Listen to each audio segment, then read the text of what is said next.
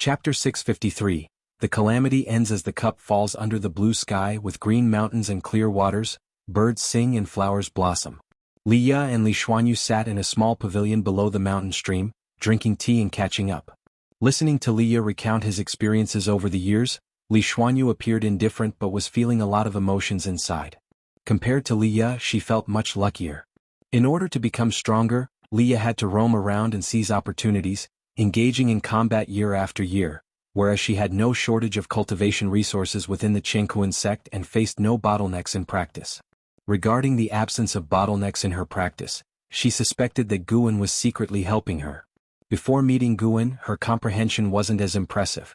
After finishing his legendary tales, Li Ye raised an eyebrow as he looked at Li Xuanyu and asked, "Sister, how have you been these years?"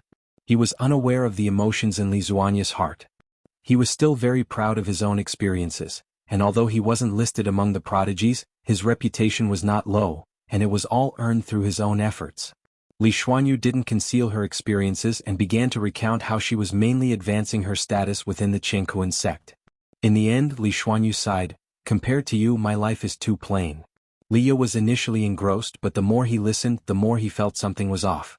With the assistance of the sect's great powers, she successfully crossed the tribulation and broke through to the heaven and earth flying immortal realm. Under the guidance of immortals, she achieved the Xiaoyao immortal realm. During the celestial tribulation when crossing the mysterious spiritual immortal realm, she almost perished, luckily aided by the Wuxia Dao treasure. Li Ye opened his mouth wanting to ask, "Is this right?" He knew Li Xuanyu's talent. Back on the Taitsong continent, he had already surpassed Li Xuanyu.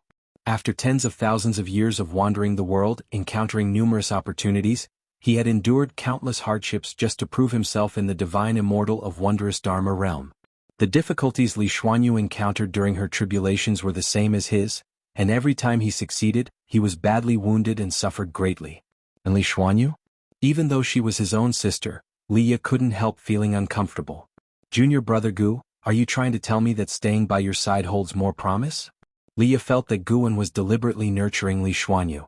If it were just an ordinary connection, protection would already be commendable. How could Li Xuanyu have cultivated to her current realm? And so quickly. Li Xuanyu asked, "Why have you come?" What? Li Ye felt inexplicably blocked in his heart. His relationship with Guan was closer, so why did it now seem more distant? Li Ye answered, "Regarding this world, I have obtained some information that I want to convey to Fu Dao Sword Venerable." He almost couldn't help but refer to Guan as junior brother Gu, but then thought that Guan was Fu Dao Sword Venerable and was the one who altered Li Xuanyu's fate. He shouldn't be so impolite. Moreover, after tens of thousands of years, would Guan still recognize him as senior brother? Sar the Novel Fire. Any *T website on Google to access chapters of novels early and in the highest quality. As his realm grew higher, Li Ye's understanding also improved, and he became increasingly in awe of Fu Dao Sword Venerable's power. No matter how strong he became, he was still an ordinary person in this world. He had encountered too many existences that made him look up in awe, which is why he was often amazed by Guan's strength. What kind of strength could allow Guan to disregard the entire celestial spirit great world and even confront terrifying existences from outer heaven? About the world? Li Xuanyu was surprised and was about to ask more. Suddenly, a figure appeared beside the two of them. The newcomer rolled up his sleeves and sat down directly. Li Xuanyu was stunned, staring blankly at Guan. Li Ye was equally shocked when he saw Guan suddenly sitting beside him. Guan was dressed in white, wearing a newly crafted immortal king crown, exuding an ethereal aura, and with that nearly perfect face, he seemed like an immortal monarch descended from the heavens. "What? Not welcoming me?" Guan smiled, then nonchalantly poured himself some tea. Li Xuanyu regained her composure and said, "How could we not welcome you? I just didn't expect you to come out personally." Her gaze inadvertently turned to Li Ye. She had known for a long time that Guan valued Li Ye greatly, but she didn't expect that as soon as Li Ye arrived, Guan would personally come to meet him. This affection runs deep. Her heart was filled with confusion. Logically, when Guan met Li Ye, he was already a transcendent great power, so how could spending just a few years together in the profound valley forge such a bond? Or was there a potential within Li Ye that she couldn't see through? Guan drank a cup of tea and said with a chuckle, "Go ahead, what is this intelligence about the world that you need to tell me?" Li Ye snapped back to reality, his expression turning serious, and said, "The world is becoming increasingly chaotic.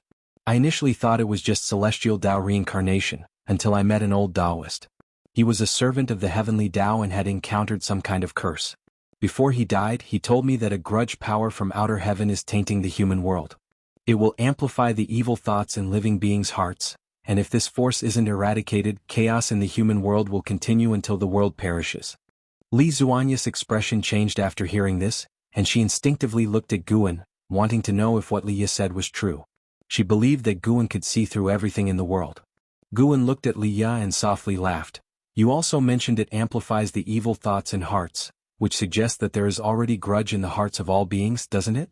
What Liya said was indeed true.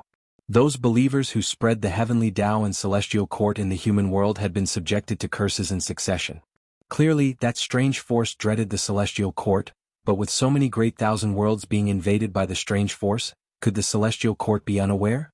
Guan had already detected the source of the strange force, which came from Chaos Grudge Luo, an evil entity originating from beyond the 3,000 great worlds with cultivation at the middle stage of the Miaojin Daluo immortal realm.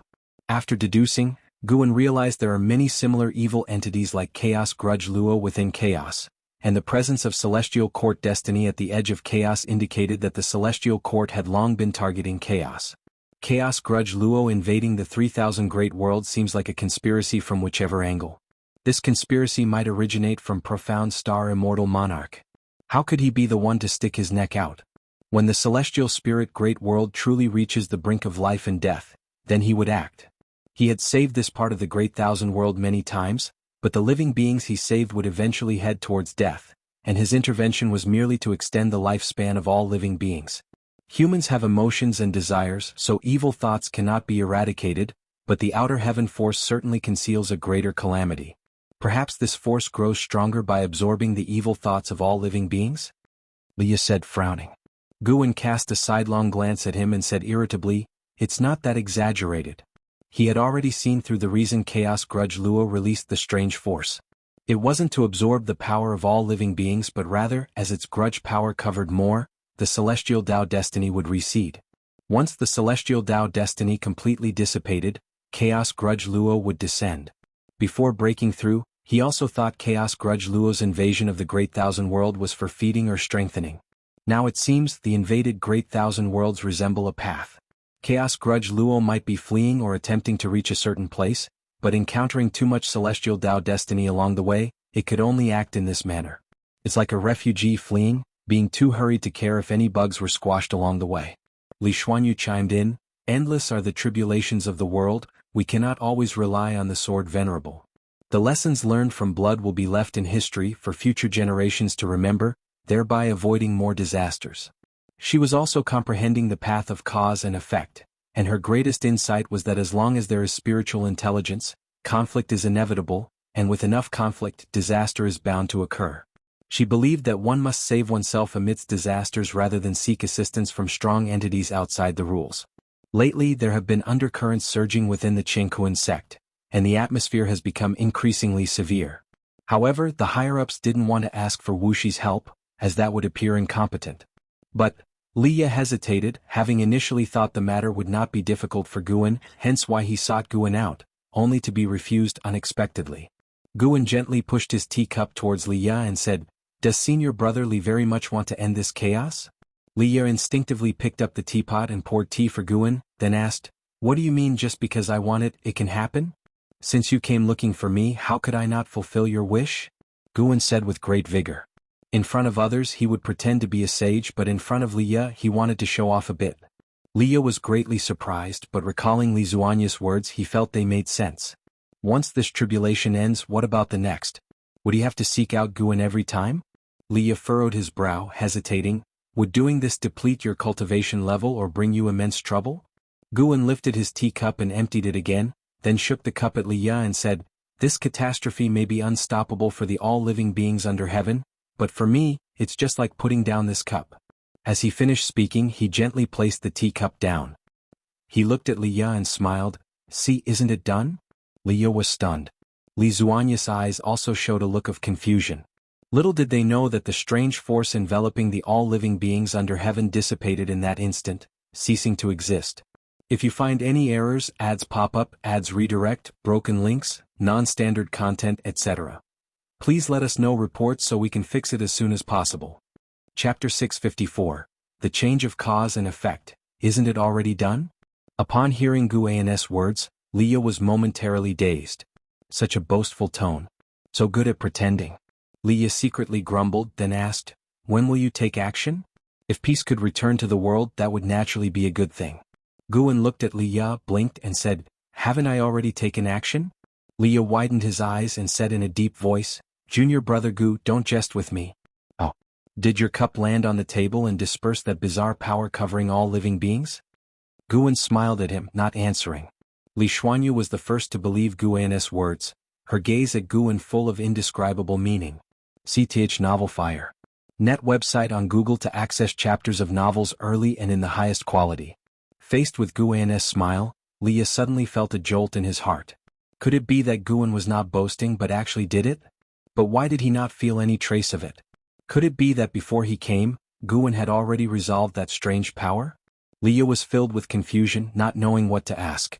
What are your plans for the future? Do you need to enter the Dao court? Guan asked, not continuing to discuss the strange power.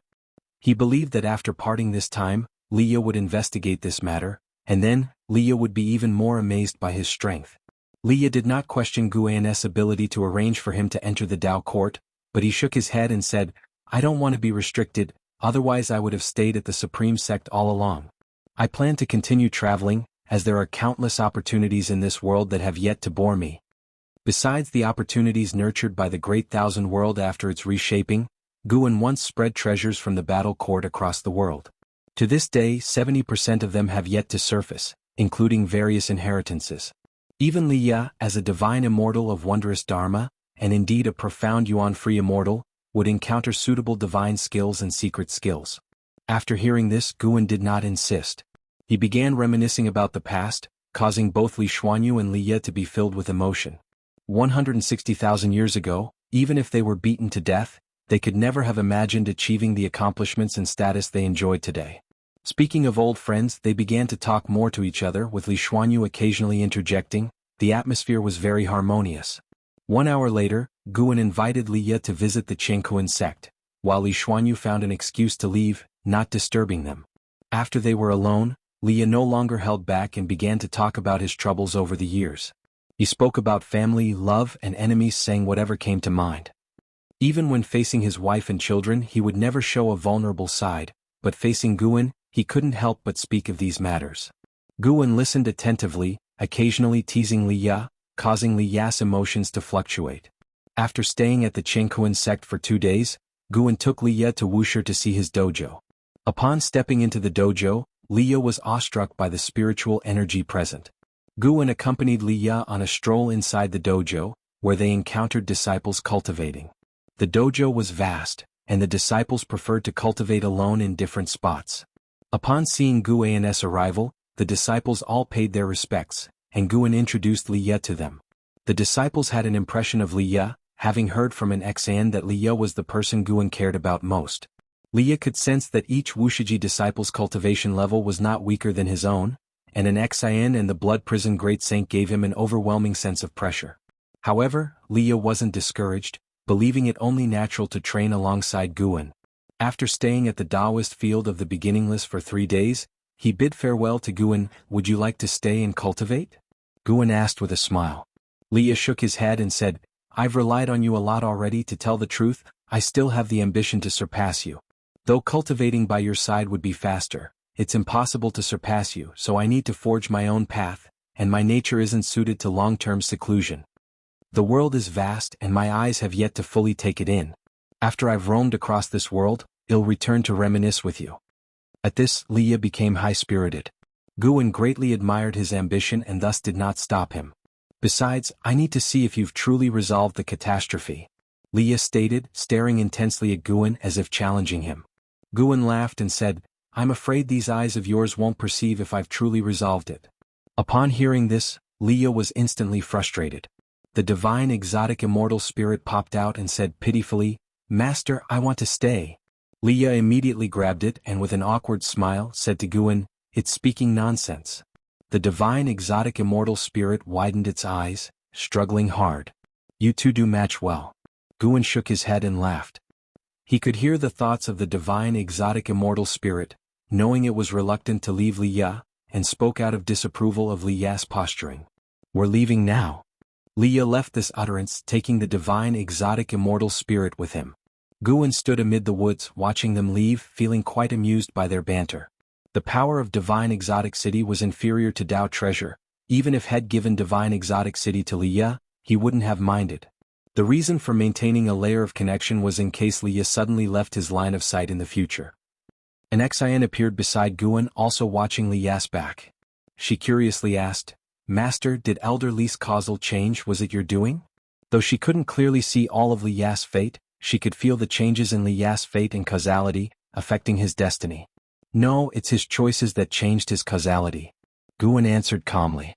Though the strange power had been dispelled by Guan, Li Ya's interest in powers from outer heaven had been piqued, and he would focus more on everything related to outer heaven, thereby altering his life's path. With Guan's influence existing, the future of the reincarnation body would become more and more illusory. After all, the reincarnation body itself is determined by the original body. Guan's current strength could create different futures, even make different futures exist truly. Using modern Earth's terms, he could create parallel worlds with a single thought. An Xian had a thoughtful expression, believing Li Ya's change in choices was also due to this conversation with Guan. Guan turned around and returned, with an Xian closely following, starting to ask him about her cultivation doubts. Though the strange power had been dispersed by Guan, the hatred among people had already formed, and the chaos in the human world would continue for a while, but compared to before, it wouldn't become more tragic. Meanwhile, Emperor Tianhong would earlier confront Zhao Rushan, marking the beginning of an unprecedented era of dual heroes. This contention would also shake the foundations of the Dao court, bringing a new variable to the dynamics of the human world. Endless Dao Mountain. The white-haired ancestor lectured for a millennium, and as the bell rang, all listeners awoke. "I permit each of you to ask one question. Once I've resolved everyone's doubts, this lecture will conclude. You may ask about any confusion during the lecture, or ask questions unrelated to this lecture." The voice of the white-haired ancestor rose, causing whispers to ripple through the dojo. Guan also began to ponder what kind of question he should ask the white-haired ancestor. "If you find any errors, ads pop up, ads redirect, broken links, non-standard content, etc. please let us know reports so we can fix it as soon as possible." Chapter 655. Sangtian Infinite. After the words of the white-haired ancestor ended, he did not give the listeners much time to think and soon had the listener sitting at the front ask a question. This listener inquired about the confusion arising during the hearing of the Tao. The path of power is vast and boundless, and the Tao practice of the white-haired ancestor is extremely profound. Even Guan, with his achievements in Tao comprehension, benefited greatly from the listening. Facing the listener's question, the white-haired ancestor quickly dispelled doubts, answering with profound meaning, causing many listeners to fall into contemplation. The white-haired ancestor continued to call on people, letting the listeners ask questions one after another. Search * the Fire. At website on Google to access chapters of novels early and in the highest quality. Guan originally wanted to gather some information. Seeing that the previous questions were all about cultivation matters, he felt he couldn't make an exception. However, after several dozen listeners, someone finally asked a question unrelated to cultivation. "Ancestor, you are honored as the celestial Tao venerable of the celestial court. How do you view the relationship between chaos and the celestial court? Does the celestial court leave room for chaos?" This listener's voice was female, her words sharp, her tone aggressive, more like an interrogation. Guan felt that despite her cultivation level being just at the heaven-opening Daluo immortal, she dared to speak to the white-haired ancestor in such a manner. What kind of backing did she have? Chaos is the place where the great Tao is nurtured. It cannot be eradicated. The celestial court can only set boundaries, leaving no room for leeway. The white-haired ancestor responded indifferently, his tone unchanged from before, seeming not to be angered. This listener was surrounded by the aura of rules. Guan was also unsure if she was satisfied with the answer. Questions continued, and once someone led, subsequent questions were all related to the celestial court. Besides the celestial Tao immortal position assessment and participating in celestial army selection, is there a third way to join the immortal class? If one renders great merit to the living beings of a certain world, the celestial court will also reward them, allowing them to join the immortal class. This is also the main purpose of the heavenly Tao. The god of destruction destroyed the Lingjiang Great World without proclaiming the celestial court's decree. Is there another scheme behind this? I do not control the celestial gods. I cannot answer you. I also will not help you investigate this matter. If you are dissatisfied, you can petition Sangtian. Facing the listener's inquiries, the white-haired ancestor's every answer came quickly. She did not seem to hold the posture of an immortal god, and she also displayed considerable toughness in the face of some challenging questions. Through the listener's questions, Guan also learned about Sangtian. Sangtian is a kind of will manifested by the celestial court using the heavenly Tao, omnipresent. If there is suffering in the human world, one can complain to Sangtian, and it will be conveyed to the celestial court. The white-haired ancestor used Sangtian to handle many listeners' grievances. Guan also felt that Sangtian was quite far-fetched, but it related to the celestial Tao destiny which even a Tao extreme Daoyuo immortal could not deduce. Throughout the listening he had only one feeling. All living beings have long suffered under the celestial court. The celestial court's inaction and wanton actions are clearly not isolated incidents. Yet faced with so many complaints, the white-haired ancestor remained indifferent, did not make any promises, but also did not get angry over the listener's questions. She truly resembled the immortal god Guan imagined, not feeling joy or sorrow over the happiness or suffering of all living beings. She seemed unconcerned with the suffering of all beings. Her purpose here was not to do anything for the celestial court, she simply wished to expound on the Tao, seeking nothing in return. Guan had to admit that such a mindset was the strongest, unbound by any factors. Of course, due to his stance, Guan could not agree with the celestial court, because their inaction also posed a threat to him. Time quickly passed. Unknowingly it was Guan's turn to speak. He was already prepared. When the white-haired ancestor's gaze fell on him, he opened his mouth and asked, I have traveled to many universes, finding those powerful ones in infinite expansion. I want to ask, is the great Tao truly infinite, and what is our meaning as cultivators within the great Tao? Regarding the celestial court's issues, many had already asked, making him unwilling to inquire further. Whether the great Tao is infinite, this is a question he pondered frequently. If the great Tao is truly infinite, it would mean that time and space are also infinite, with no distinction between ancient and future, and cultivators are merely part of the great Tao, never able to surpass it. If Guan were also infinite like the great Tao, he should not only have infinite possibilities in the future, his past should also be without end. He could not imagine having no origin to his past. This is like the question of which came first, the chicken or the egg. If Guan is the chicken, aiming to achieve infinity like the great Tao, wouldn't he need to create an egg for himself, which easily leads to a paradox? The existence of the path of cause and effect proves that everything has a starting point. Guan's question brought silence to the dojo. No longer were there whispers. The white-haired ancestor said, As of now, the great Tao is indeed infinite. Even the celestial court cannot reach the source of the great Tao. Even the supreme celestial emperor cannot see the end of the great Tao. It is precisely for this reason that we can continuously comprehend the great Tao, never feeling weary or satisfied. This answer did not fully satisfy Guan, but at least clarified that the celestial court has not yet reached the point of dominating the great Tao. The questions continued. When everyone had finished asking, several days had passed. When involving enlightenment issues, the white-haired ancestor would speak more. After the questions ended, the white-haired ancestor rose and left, and once she left, the dojo became lively with some listeners immediately leaving, while others chose to stay and continue socializing. Hongyazi did not leave and pulled Guan along to interact, which suited Guan perfectly. When meeting a heaven-opening Daoyuo immortal from the Great Thousand World, Guan feigned curiosity and asked, I heard from a fellow Taoist that Chaos Grudge Luo from Chaos is wreaking havoc in the Great Thousand World. Will the celestial court handle this matter? This heaven-opening Daoyuo immortal, upon hearing this, snorted, How would the celestial court handle it?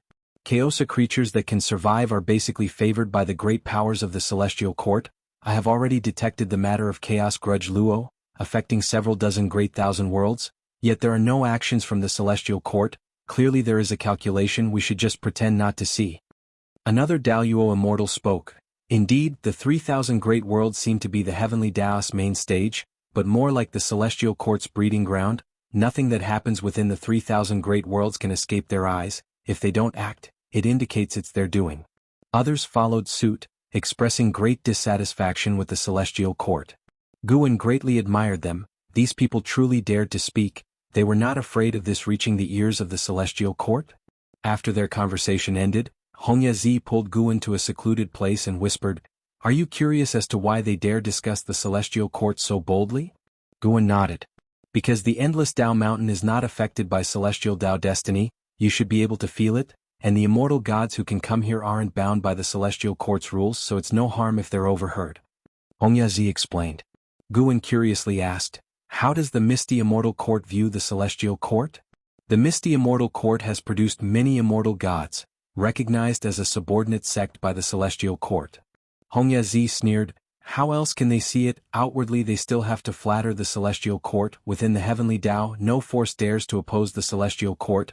Those who resist have already been obliterated. No matter how powerful, they will eventually be destroyed by heavenly might. If you find any errors, ads pop up, ads redirect, broken links, non-standard content, etc., please let us know reports so we can fix it as soon as possible." Chapter 656. Reincarnation of Yuan Luo. Hongya Zi was clearly quite discontent with the celestial court. When Guan asked, he opened up immediately and began to speak eloquently. It turns out that, although the misty immortal court has a path for ascending to immortality, it comes at a significant cost. Every 10,000 years, it must offer a vast amount of resources to the celestial court and erect divine statues of the heavenly court immortals in every immortal mansion. Those who successfully enter the immortal class, although they don't sever ties with the misty immortal court, become arrogant and treat the others as slaves. Through Hongya Zi, Guan gained more understanding of the misty immortal court. Although the destiny of the misty immortal court is not as powerful as the celestial court, it is still a formidable existence. Whether there is a perfect Taoist great Luo immortal realm within it is hard to say at the moment. He can't fully calculate it. The inability to calculate suggests that such an existence might indeed be there. The fact that it can nurture an emperor of eternal life is enough to prove the deep foundation of the misty immortal court. Hongya Zi was quite impressed with Guan, feeling as if they were old friends at first meeting. He even invited Guan to visit the misty immortal court in the future, handing him a token named the Red Domain Immortal Token. With this token, Guan could enter the misty immortal court and be honored as a distinguished guest. The misty immortal court possesses numerous immortal domains. Hongya Zi is the pavilion master of the Red Domain Immortal Mansion and holds significant power within the misty immortal court. Guan accepted without reservation, saying he would definitely visit him. Afterward, the two parted ways. Guan was merely a clone. He did not plan to leave Endless Tao Mountain just yet. Instead, he intended to find a suitable Tao mountain to settle down on. He didn't need to return to his true self. His true self could already access his memories and even directly control him. At the same time, far away in the Taoist field of the beginningless, Guan began to ponder whether or not to visit the misty immortal court to see Hongya Zi. Given his current cultivation level, even if he encountered trouble in the misty immortal court, he could easily retreat unscathed. Forget it, there's no need to rush into this matter, especially since he has no pressing reason to visit the misty immortal court. First, he should elevate his cultivation to the perfection realm of the Tao Extreme Daluo Immortal before considering it.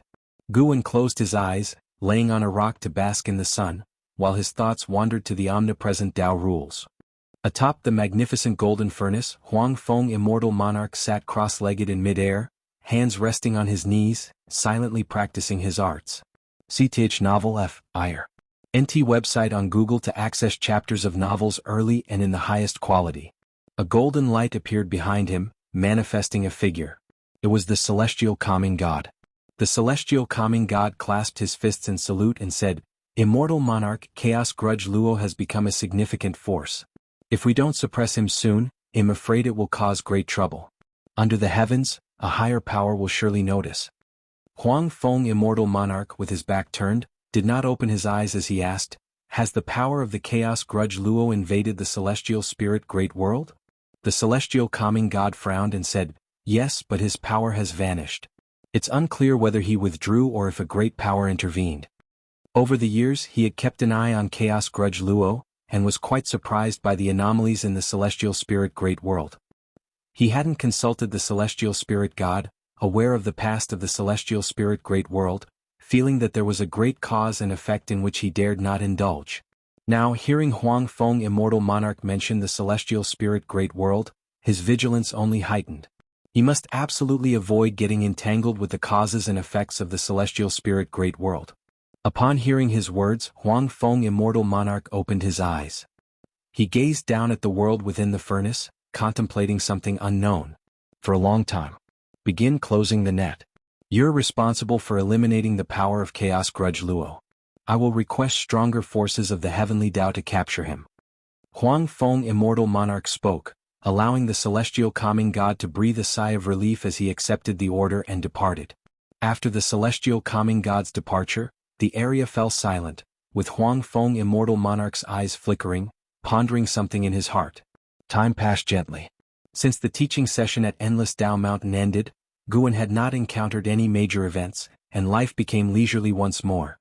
The dark clouds looming over the world had dissipated, though conflicts in the human world persisted.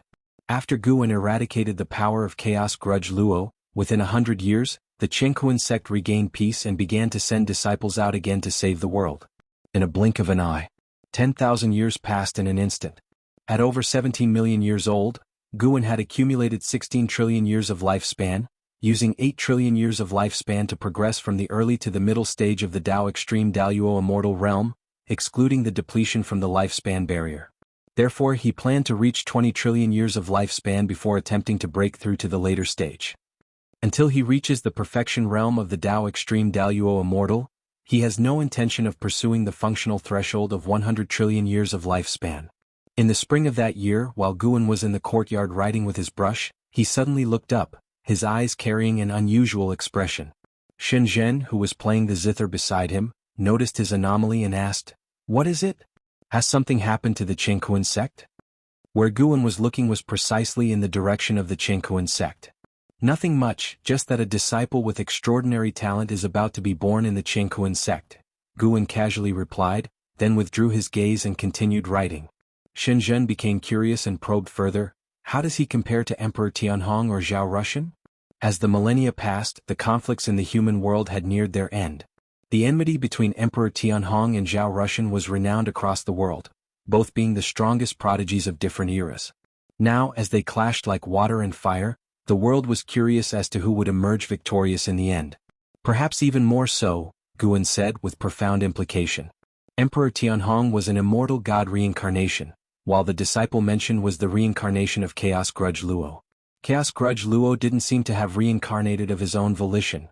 It seemed he was cast into the reincarnation of the celestial spirit great world by some powerful being, conveniently ending up in the Chenkuan sect, which was certainly no coincidence. It appears that behind Tai Immortal Monarch or Profound Star Immortal Monarch, there exists an even more powerful presence keeping an eye on Guan. Although separated by celestial Tao destiny, Guan found it difficult to deduce. However, the other party didn't dare act rashly even when facing his pre-breakthrough self, so naturally now that he has broken through, he would be even less panicked. If that's the case, the Chenkuan sect is finally going to rise. Shenzhen commented without giving much thought, but rather with a sense of amazement. The Chenkuan sect is thriving but too young compared to sects that have been around for millions, tens of millions or even longer. In all aspects it falls far behind. If it could give birth to a disciple with talents surpassing even that of Emperor Tianhong or Zhao Rushan, it might possibly close that gap. Having spent tens of thousands of years near the Chenkuan sect, Shenzhen had developed feelings for it. Any Wuxia disciple visiting the Chenkuan sect would be received as an honored guest, without any incidents of disrespect thus far. The leadership of the Chenkuan sect holds Wuxia in high regard and dares not take it lightly. The Chenkuan sect will rise eventually, sooner or later, and they will also fall eventually. Guan said as he continued to write. He had even given up on the Supreme Sect so he wouldn't be constantly sheltering the Chenkuan sect. Shenzhen did not question Guan's words but instead asked, if Emperor Tianhong were to return, would you really take him as a disciple? Guan replied, I do not enjoy breaking my word. In the Taoist field of the beginningless, there were no major secrets to keep. The dojo itself could be moved or rebuilt. That Emperor Tianhong could kneel for so many years was enough to prove his character. What if he was an immortal god reincarnation? Perhaps Guan could learn more about the celestial court from Emperor Tianhong. If you find any errors, ads pop up, ads redirect, broken links, non-standard content, etc., please let us know reports so we can fix it as soon as possible. Chapter 657. Unbeatable Emperor. 16 years later, a major event occurred in the Chenkuan sect. A 16-year-old male disciple was unusually accepted as a disciple by the sect hierarch, with the intention of grooming him to be the next sect hierarch. This matter had the approval of the 4 grand elders, and various rumors spread within the sect and even to the entire world. This boy's name is Yuan Luo. He didn't originally have this name, but after his first qi absorption cultivation he changed it to this name. During his first qi absorption he successfully established his foundation, shocking the cultivator who was instructing him, and the news quickly reached the higher-ups of the Qingkuan sect. Thereafter Yuan Luo took only a year to condense a golden core, and at 16 he was already at the nascent soul realm, with a cultivation speed that was astonishingly fast. Yi Qingshan discussed for several days and decided to nurture Yuan Luo in the same manner as training a prodigy in the Tao court. They are determined to cultivate Yuan Luo to be comparable to Zhao Rushan or Emperor Tianhong, but in my opinion they are relying on Wuxi's protection.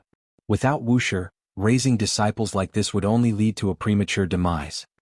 An XN spoke while standing next to Guan, who was fishing by the edge of a lake created by the ghost mother of ephemera, which was stocked with many nimble fish for his amusement. It doesn't matter. Whether we admit it or not, the outside world sees Wuxia as the pillar of the Qingkuan sect, and indeed we've done many things. Guan said, staring at the lake's surface.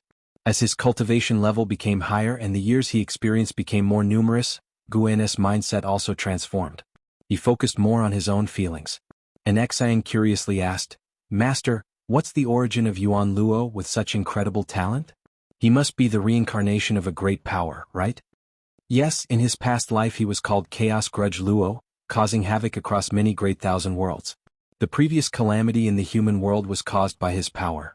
He was likely captured by the immortal gods and cast into reincarnation, ending up in this plight. Guan didn't hide anything, briefly explaining Yuan Luo's background. An Xan frowned and asked, "Actions of the immortal gods? Such a wicked entity reincarnated within the Qingkuan sect, wouldn't there be some scheme involved?" Guan glanced at her and smiled. "Indeed, there might be some hidden scheme, but such schemes have never ceased. If you can't see through them yourself, it means you're still not strong enough." Seeing him still able to smile, an Xan knew everything was under his control. She couldn't help but ask, "Master, do you need me to do anything? Let nature take its course." Guan didn't say much more. He believed an Xan would understand his meaning. After spending so many years together, the two had developed a high level of rapport, and some things didn't need to be repeatedly explained. An Xian no longer talked about Yuan Luo but shifted the topic to Emperor Tianhong and Zhao Rushan. "I heard the Tao court plans to cultivate Zhao Rushan to become a Taoist emperor. Didn't you say a Taoist emperor must prove themselves on the path of the great Tao? Could it be that Zhao Rushan is heading to the path of the great Tao next?" An Xian was very interested in the Taoist emperor, and wondered whether a Taoist emperor at the same realm could rival her immortal emperor's eye. "He is destined to go and is fated to become a Taoist emperor," Guan replied. When mentioning the Taoist emperor, he couldn't help but shift his focus to the path of the great Tao, observing Ji Xiaoyu and Xiaolan. Sarch * the novel Fire. Net website on Google to access chapters of novels early and in the highest quality. Ji Xiaoyu had been fighting for many years, and with his destiny forming he was getting closer to becoming a Taoist emperor, while Xiaolan had also started to embark on the emperor road. After participating in the Taoist emperor's competition, their cultivation grew quickly, able to strengthen through battles. Xiaolan had already reached the divine thought true immortal realm, catching up with Tian Hao far off in the misty immortal court. Ji Xiaoyu was even assaulting the heaven-encompassing free immortal realm, and, in terms of strength, he was now stronger than Yuan Songzi. After years of battling side by side, Yuan Songzi had successfully persuaded Ji Xiaoyu to join the Tao court. If she and Xiaolan succeeded, the Tao court would have 2 Taoist emperors, giving it the confidence to stand against the 3,000 great worlds outside the celestial spirit great world. Guan could hear the voice of Yuan Songzi's mind, feeling that his mood was far more excited than it appeared on his face. Ji Xiaoyu was cultivating and preparing for battle, and his next opponent was an unparalleled prodigy who had achieved 1,000 victories at the same realm on the path of the great Tao, the unbeatable emperor from the primordial emperor domain. The unbeatable emperor ranked among the top 5 illustrious prodigies in the primordial emperor domain, and his momentum was extremely strong. Guan had already calculated the result of this battle and wasn't surprised. The original master of the immortal emperor's eye, the Stealing Heaven Emperor, came from the primordial emperor domain. This person founded the Stealing Heaven Immortal sect, even provoking the celestial court's pursuit, proving the terrifying extent of his Tao practice. The deep foundation of the primordial emperor domain was unmatched by the great thousand worlds. "Master, Do you think we need to foster a Taoist emperor in Wuxia? An Xian asked expectantly. Although Wuxia wasn't a sect in the conventional sense as the senior disciple, an Xian hoped Wuxia would grow stronger. It depends on personal goals. I don't demand it. Although a Taoist emperor is indeed powerful, the path is very difficult. Guan spoke softly with the memory of the emperor of eternal life in him. He knew how arduous the path to becoming a Taoist emperor was. Looking at the disciples within the dojo, to be honest, he hadn't yet seen anyone with the potential to become a Taoist emperor, even Xiaolan, who relied on his covert protection while outside. If Xiaolan were to venture out alone, she would have died long ago. Moreover, he could sense that if he continued to aid Xiaolan, she would never be able to become a Taoist emperor, no matter how many times she won. The great Tao's will on the path of the great Tao is unfathomable. After listening, an Xian fell into contemplation, vaguely understanding the implication behind Guan's words. At this moment, Guan's fishing rod moved, and he began to reel it in with effort, his arms trembling. Watching Guan struggle as if he were immortal, an Xian covered her mouth and laughed, thinking her master truly loved to act. In a bright palace, Ji Xiaoyu sat meditating in front of a blue crystal, the crystal reflecting her silhouette. Yuan Songzi approached, stopping in front of Ji Xiaoyu, hesitating to speak. With her eyes closed, Ji Xiaoyu asked, "Speak your mind, Ting Master." Yuan Songzi took a deep breath and said, "Give up, your next opponent is unbeatable." Upon hearing this, Ji Xiaoyu opened her eyes, staring steadily at him. Yuan Songzi continued, "I've investigated. The unbeatable emperor not only achieved 1,000 victories, but he also swept through the peers in the primordial emperor domain. A Taoist emperor once fought him at the same realm and was defeated. To defeat a Taoist emperor before stepping onto the emperor road, even if the Taoist emperor suppressed his realm, is still unbelievable." The mere thought of it filled Yuan Songzi with fear. He feared Ji Xiaoyu would not believe it, so he added, "On the path of the great Tao, everyone believes the unbeatable emperor is destined to become a Taoist emperor. Your matchup, dictated by the Tao's will, is in misfortune. Avoiding the battle might mean wasted efforts, but at least you'll live. The struggle for the Taoist emperor is no child's play. 9 out of 10 losers die. Throughout the years, many prodigies have fallen at Ji Xiaoyu's hand." Unfazed, Ji Xiaoyu asked, "Ting Master, have you ever considered that the path to becoming a Taoist emperor is cruel and cannot be filled with pushovers? If I give up this time, when I next reach this point, I will face another prodigy as formidable as the unbeatable emperor. If I always give up, what is the point of walking the path of the great Tao? To have the Tao's recognition, one must defeat the opponents selected by the Tao." These words made Yuan Songzi frown. He felt they made sense. Perhaps he had indeed underestimated the difficulty of becoming a Taoist emperor. Thinking that Xiaolan might also face an opponent like the unbeatable emperor made him suddenly feel lost. Perhaps he had acted too hastily. Right now, the Tao court may not be able to nurture a Taoist emperor. Ji Xiaoyu looked at Yuan Songzi, smiling with high spirits, and said gently, "Moreover, Ting Master, how dare you assert that I will certainly lose? If you find any errors, ads pop up, ads redirect, broken links, non-standard content, etc., please let us know reports so we can fix it as soon as possible." Chapter 658 The Power of the Emperor Clan. The day of the duel between Ji Xiaoyu and the unbeatable emperor finally arrived, with the Tao court's members trailing Ji Xiaoyu to a meteorite. Gazing around, the void was dim with countless meteorites scattered across it.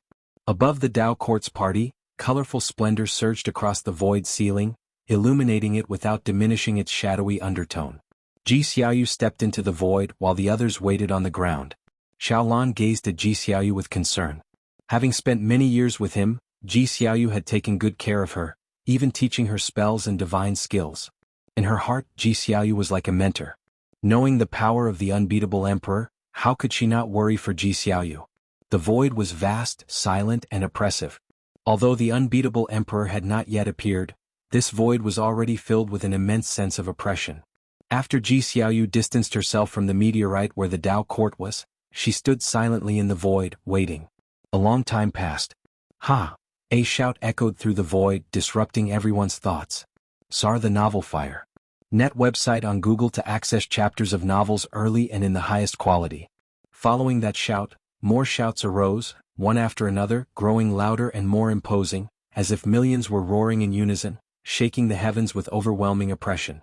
Everyone from the Tao court tensed, their gazes directed toward the depths of the void, where a red radiance appeared, rapidly expanding. Xiaolan squinted and saw an imposing figure, akin to a war god, striding out from the vast flames within the red radiance. The unbeatable emperor. He wore a dark red chain armor with a red scarf around his waist, his trousers wide, billowing in the wind. His face was handsome but indifferent, and he wore a deep red coronet on his forehead. His long black hair danced wildly, his commanding presence threatening to shake the heavens and earth. He treaded on the red flames, moving with the grace of a dragon and a tiger, his aura seemingly distorting the void. Behind him, countless figures emerged from the red flames, each with an extraordinary aura. Although they remained silent, the deafening shouts continued to echo infinitely through the void. The Tao Court's members looked on from afar, their faces grim, their hearts in their throats. Is the primordial emperor domain really this formidable? An elder of the Tao Court muttered, his face full of shock. Yuan Songzi took a deep breath and said, "This is but one emperor clan of the primordial emperor domain. The might of the primordial emperor domain is beyond our imagination. In the great thousand world only a few great worlds can barely compare." These words fueled further fantasies about the primordial emperor domain among the crowd. Meanwhile, the unbeatable emperor raised his right hand, fiery flames gathering in his palm, forming a long spear, several times his own length, with a massive spearhead, as if a Qilin spat out the spear blade, surrounded by a divine beast's phantom, bearing its fangs and brandishing its claws. He looked at Ji Xiaoyu from afar and said, "Are you the reincarnation Tao Emperor? Bearing the name of reincarnation, do not disappoint me." As his words fell, he thrust his spear toward Ji Xiaoyu. A fiery line suddenly shot out, seemingly splitting the entire void in two. The red flame divine beast phantom roared silently before Ji Xiaoyu, the wave of qi force blowing through her long hair, revealing her cold and perfect face. Ji Xiaoyu remained silent, raising her right hand as rolling gray mist emerged from her palm, transforming into dragons coiling around her. An exceptional showdown between Taoist emperors was about to erupt. Yuan Songzi watched the unbeatable emperor, his eyes filled with fear. He could sense that the unbeatable emperor was still at the profound Yuan-free immortal realm, yet his aura gave Yuan Songzi, who was at the realm's perfection, a horrifying sense of impending annihilation. He felt that the unbeatable emperor could kill him with a single stroke. This filled him with dread for the unbeatable emperor and increased his concern for Ji Xiaoyu. At the Chengkuan sect's main city, around the gigantic battle platform, hundreds of thousands of disciples stood on the stone steps, observing the fight on the platform. Guan and his drinking buddies were also there, while an Xian was in the distance, sitting with the Chengkuan sect's upper echelons. An Xian maintained a poised demeanor, not looking at Guan, but dispassionately overlooking the combat on the platform. Yi Qingshan put down his teacup, turned to an Xian and asked with a smile, "Senior, how is this child's talent?" Yuan Luo had just transformed into a divinity transformation realm and was battling a profound heart realm disciple. Between the divinity transformation realm and the profound heart realm lay the void crossing and fusion realms, and the Chengkuan sect was not a mundane sect of the past. Joining without Nervan-level cultivation showed one was young and exceptionally talented. Even two great realms lower, Yuan Luo still had the upper hand. His talent was evident to the naked eye, even astonishing those disciples at the immortal realm. An Xian replied, "Indeed impressive, able to contend with any peerless genius in the world." Yuan Luo appeared only 16 or 17, still youthful, yet with one palm he severely injured his opponent, rendering them unable to fight. Floating in the air, he looked up to the pavilion where the upper echelons were and loudly declared, "I want to challenge a higher realm." His words caused an uproar among the crowd. The observing disciples had not expected Yuan Luo to continue challenging, increasing their anticipation of him. Grand Elder Lin Chuan signaled with his hand, and a Mahayana realm disciple stepped onto the platform with a sword. Yuan Luo bowed to the opponent, then initiated the attack first. "This kid is so formidable. No wonder the higher-ups are promoting him so much," remarked one of Guan's friends, prompting discussions among the other friends. Guan was not surprised by Yuan Luo's performance. This child's mana was bound by his realm, yet his chi blood force was overly vigorous. Though appearing at the divinity transformation realm, he in fact rivaled Nirvana. While watching the spectacle, Guan was also focused on Ji Xiaoyu's duel on the path of the Great Tao. Ji Xiaoyu was not a match for the unbeatable emperor. Despite giving it her all, she was unable to defeat him yet managed to wound him, surprising the unbeatable emperor and the great powers of the primordial emperor domain. Guan would not assist Ji Xiaoyu to defeat the unbeatable emperor, as it held no significance. His goal was to ensure Ji Xiaoyu survived. In the final clash of divine skills, Ji Xiaoyu was defeated, her body obliterated, leaving only her soul barely alive. At this point, the destiny she accumulated on the path of the great Tao flowed entirely to the unbeatable emperor. You are stronger than my previous opponents, and your understanding of the path of reincarnation is quite impressive. I think I won't forget you for a long time in the future. The voice of the unbeatable emperor resonated through the void, still fierce in aura, with the wounds on his cheeks making him even more imposing. Holding his long spear, he approached Ji Xiaoyu's soul. All around, the void was filled with smoke and clouds, remnants of shattered meteorites. Seeing the unbeatable emperor about to annihilate her completely, Yuan Songzi hurriedly flew in front of Ji Xiaoyu, urgently saying, "You've already won, so why push it to the extreme? Please grant her a chance to live." The unbeatable emperor slightly lifted his chin, looking down at Yuan Songzi with contempt, saying, "Since when did worms dare to obstruct a Taoist emperor?" In the distance, the great powers of the primordial emperor domain stepped forward, their boundless might suffocating Yuan Songzi. If you find any errors, ads pop up, ads redirect, broken links, non-standard content, etc., please let us know reports so we can fix it as soon as possible. Chapter 659. A palm transcending the great Tao. The words of the unbeatable emperor were like a series of thunderclaps, echoing endlessly, causing the cultivators of the Tao court to change their expressions drastically. Although they feared the unbeatable emperor, hearing his words still made them feel a great sense of humiliation, for Yuan Songzi was the master of the Tao court. Xiao Lan gritted her teeth, wanting to rush over and fight alongside Yuan Songzi, but was stopped by a female elder. "Don't act impulsively, don't burden the Ting master," the female elder said in a deep voice, her gaze towards Yuan Songzi revealing her uncontrollable unease. Yuan Songzi was insulted by the unbeatable emperor but didn't get angry. Following the unbeatable emperor's words, he said, "Since you consider us insects, why go to the trouble of stomping on insects? Not to mention the imperial clan behind, even if all of them attacked together, they would still not be a match for the unbeatable emperor alone. On this path of the great Tao, a prodigy not only needs personal strength but also a sufficiently strong force to support them." The beautiful dream that Yuan Songzi had was completely shattered at this moment. Ji Xiaoyu and Xiao Lan lacked the talent, and the Tao court didn't have the foundation to escort a Taoist emperor. Even if humiliated, he had to protect Ji Xiaoyu as much as possible because he knew very well that if they did nothing, they would also be doomed. The Tao intent of the great powers of the imperial clan had already sealed this void, leaving them with no escape.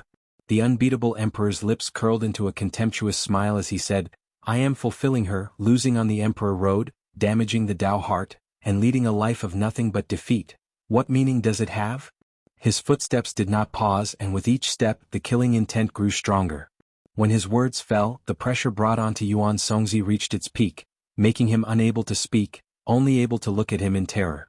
"Spare them, I am willing to die."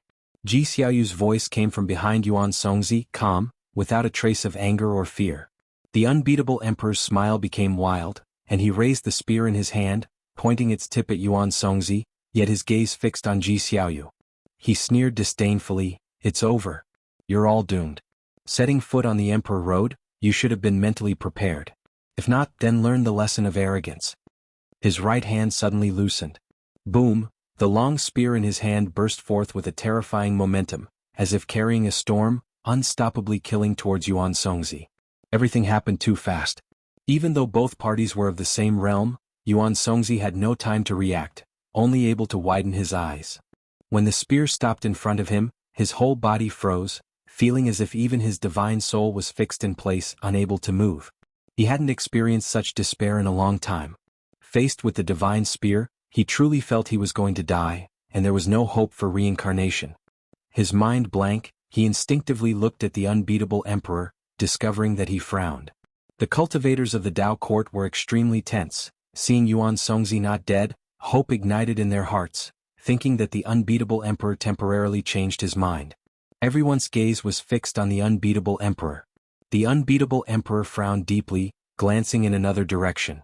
He yelled in a deep voice, "What master from where is interfering with me? A master?" The Tao court side was all bewildered, realizing the unbeatable emperor was not sparing them out of mercy but that there was other assistance. Compared to the extremely arrogant unbeatable emperor, they preferred the unknown helper. The cultivators of the Tao court were all excited, trying hard to restrain their emotions, not daring to breathe even a single breath. Xiaolan also felt surprised, her heart filled with curiosity. Who would rescue them at this moment? Let people off when you can, besides you have no enmity. A hoarse voice echoed through the void, causing displeasure to flash in the unbeatable emperor's eyes. When Ji Xiaoyu heard this voice, her eyes dimmed. Although he had changed his voice, she immediately knew who the owner of the voice was. She didn't want that person to see her so embarrassed. The unbeatable emperor did not respond, but the great powers of the imperial clan could not remain silent. Does fellow Taoist want to challenge the imperial clan? If fellow Taoist is this girl's support, why not appear earlier? Her destiny should not be like this. If passing by, why entangle in this karma? If wanting to save them, state your relationship, don't hide in the dark. With such cultivation, do you not know the rules of the Emperor Road? The dignified voices rose one after another, all very assertive, seemingly not taking the one who intervened seriously. Far off in the Chengkuan sect, Guan sighed. How many years has it been? It's rare to encounter someone so stubborn. Sir, the novel Fire. Net * website on Google to access chapters of novels early and in the highest quality. Guan, through deduction, knew the reason they wanted to eradicate was to prevent the secrets of the unbeatable emperor's divine skills from being exposed, leaving no threat for the unbeatable emperor's future. The reason was sufficient, but having intervened, would he still fight to the death for this reason? Ultimately, it's still too arrogant. Guan could see at a glance the source of this imperial clan. The strongest was no more than a Miaojin Daluo immortal, and that was an ancient monster hidden for unknown billions of years. Having thought that, Guan's gaze turned cold. Just then, a strand of someone's hair drifted in front of him. He raised his hand and waved, destroying the hair.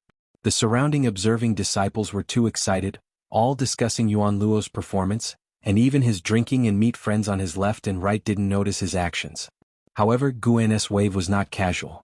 The mana of a Dao Extreme Daluo Immortal passed through the celestial spirit great world in an incredible manner, entered the path of the great Dao, then crossed layers of cosmic planes, arriving at the void where Ji Xiaoyu, Xiaolan, and the others were.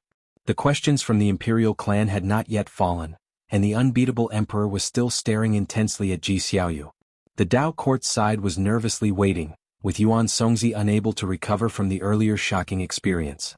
Suddenly, the entire void became bright, darkness was banished, and everyone instinctively looked in one direction, only to see deep within the void, it was as bright as daylight, with an incomparably majestic golden giant hand coming at them. Facing this golden giant hand, any existence appeared insignificant. The unbeatable emperor's face changed drastically. He was horrified to find himself unable to move. Not only him, but the other great powers of the imperial clan were the same, all seemingly petrified, dumbly watching the golden giant hand approach. Ji Xiaoyu's pupils widened, while Yuan Songzi and the cultivators of the Dao court were left open-mouthed. They couldn't move either, only able to see the golden giant hand getting closer and closer. As the hand neared, the outline of the golden giant hand could not fit into their vision. In front of such a giant hand they only felt shock, their emotions indescribable. Under their gaze, the golden giant hand seemed to replace the void, lightly waving towards them. The wind from its palm blew, turning the great powers of the imperial clan directly into ashes. Even the unbeatable emperor gradually perished, his expression before death one of disbelief, seemingly not expecting such an end for himself. After waving the hand to annihilate the imperial clan, the golden giant hand became illusory, and the strong light it emitted gradually weakened. Yet the entire void remained in silence. All the cultivators of the Dao court still held expressions of astonishment. If you find any errors, ads pop up, ads redirect, broken links, non-standard content, etc., please let us know reports so we can fix it as soon as possible. Chapter 660. A lifespan of 10 trillion years. As the Emperor clan and the unbeatable emperor vanished into ash, the golden giant hand dissipated, the void gradually returning to dimness, while the people of the Dao court remained in silence, unable to awaken from their shock. The pure-hearted Xiaolan was the first to break the silence. She couldn't help but ask, what realm was the senior who acted just now? The legendary heaven-encompassing free immortal? The cultivators of the Dao court awoke one after another, starting to bow in all directions, expressing gratitude to the person who intervened. Yuan Songzi also came to his senses, loudly exclaimed, I am Yuan Songzi from the Tao Court of the Celestial Spirit Great World, grateful for the senior's assistance. I wonder what can we do for the senior? There is no such thing as a favor for no reason. Yuan Songzi reflected on his connections, unable to think of such a powerful entity, he could only ponder what the other party might want them to do. However, no one answered him. Ji Xiaoyu remained silent, sat down cross-legged on the spot, and began restoring her body. Meanwhile, in the Qingkuan sect, Guan was occupied by a series of prompts in his vision. To deal with the Emperor clan, he used his own mana, not relying on avatars, thus he could seize life force, especially since the Emperor clan lacked celestial court destiny. Successfully captured 20,239,008,276 years of life from Emperor Changyuan, early stage of innate golden immortal realm. Successfully captured 809,244,623 years of life from Gu Dong, late stage of heaven-encompassing free immortal realm. Successfully captured 209,872,307,762 years of life from Emperor Han Tian, middle stage of Hengtian golden immortal realm. Successfully captured 70,982,763 years of life from Qin Li, perfect innate golden immortal realm.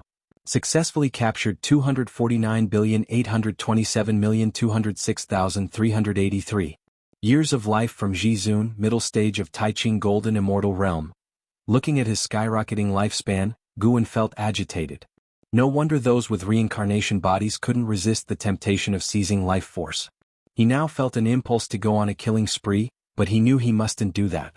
Excessive slaughter and rapidly growing stronger would attract powerful entities far beyond his cultivation level to intervene. This time, attacking the Emperor clan was justified and wouldn't attract attention from beings surpassing Tao Extreme Daluo Immortal. The lifespans of these powerful figures within the Emperor clan varied. The strongest Taiqing Golden Immortal provided him with a lifespan not much higher than the Hengtian Golden Immortal, yet overall, it still yielded him substantial gains. The Emperor clan only had one Taiqing Golden Immortal protecting the unbeatable Emperor.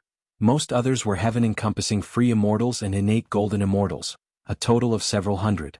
Your lifespan has surpassed 10 trillion years for the first time, starting a random lifespan function upgrade. Your life expectancy prediction function has been upgraded. Life expectancy prediction upgrade successful. Life expectancy prediction automatically detects causality. When a living being bears hostility toward your true self or clones, a prompt will appear.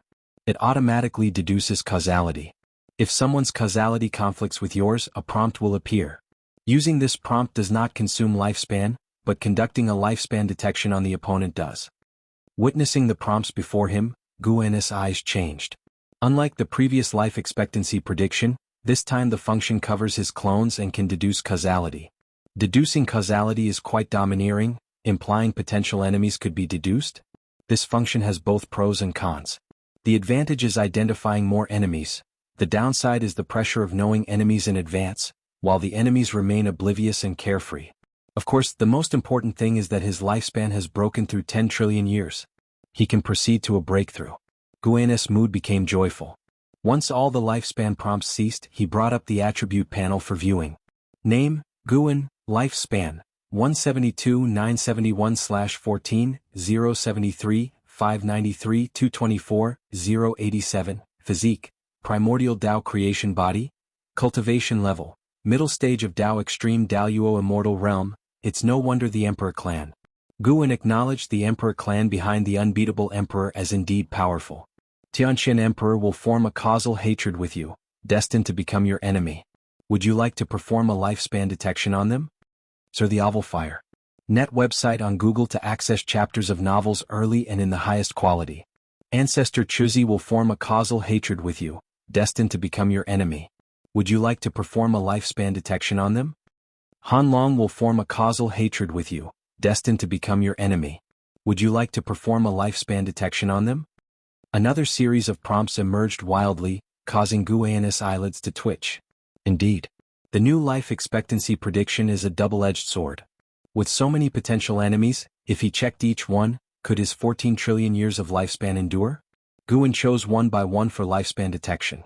Upon selecting a name, the lifespan years to be consumed would display, then he would confirm. He had no intention of consuming lifespan, but from the lifespan consumption prompts, he could gauge the strength of the enemies. The Emperor clan's greatest support was one major realm lower than him, so it wasn't worth using lifespan detection on them. Even so, this function could still reveal the Emperor clan's foundation to him. For a period following this, lifespan prompts repeatedly appeared. When Yuan Luo defeated the Mahayana realm disciple to the cheering of the audience, the prompts before him continued. The connections behind the unbeatable emperor were truly astonishing. Guan was secretly alarmed. Qingquan sect hierarchy Qingshan began to praise Yuan Luo, then spoke of the sect's millennial grand plan ahead, stirring the disciples' emotions. After the gathering, Guan politely declined invitations from companions for food and drink and left alone. On the other side, Ji Xiaoyu had restored her body, though her aura was weak and her cultivation level somewhat diminished. The cultivators of the Dao court surrounded her, their faces full of concern. Xiaolan couldn't help but ask, "Senior, how do you feel? How can we assist?" The pale-faced Ji Xiaoyu opened her eyes and said, "I am unscathed, but my path to the Taoist emperor has been completely severed. Unbeatable emperor's divine skills are indeed tyrannical. It will take me many years to completely dispel the power of his divine skills." Everyone felt their hearts sink, unable to accept it.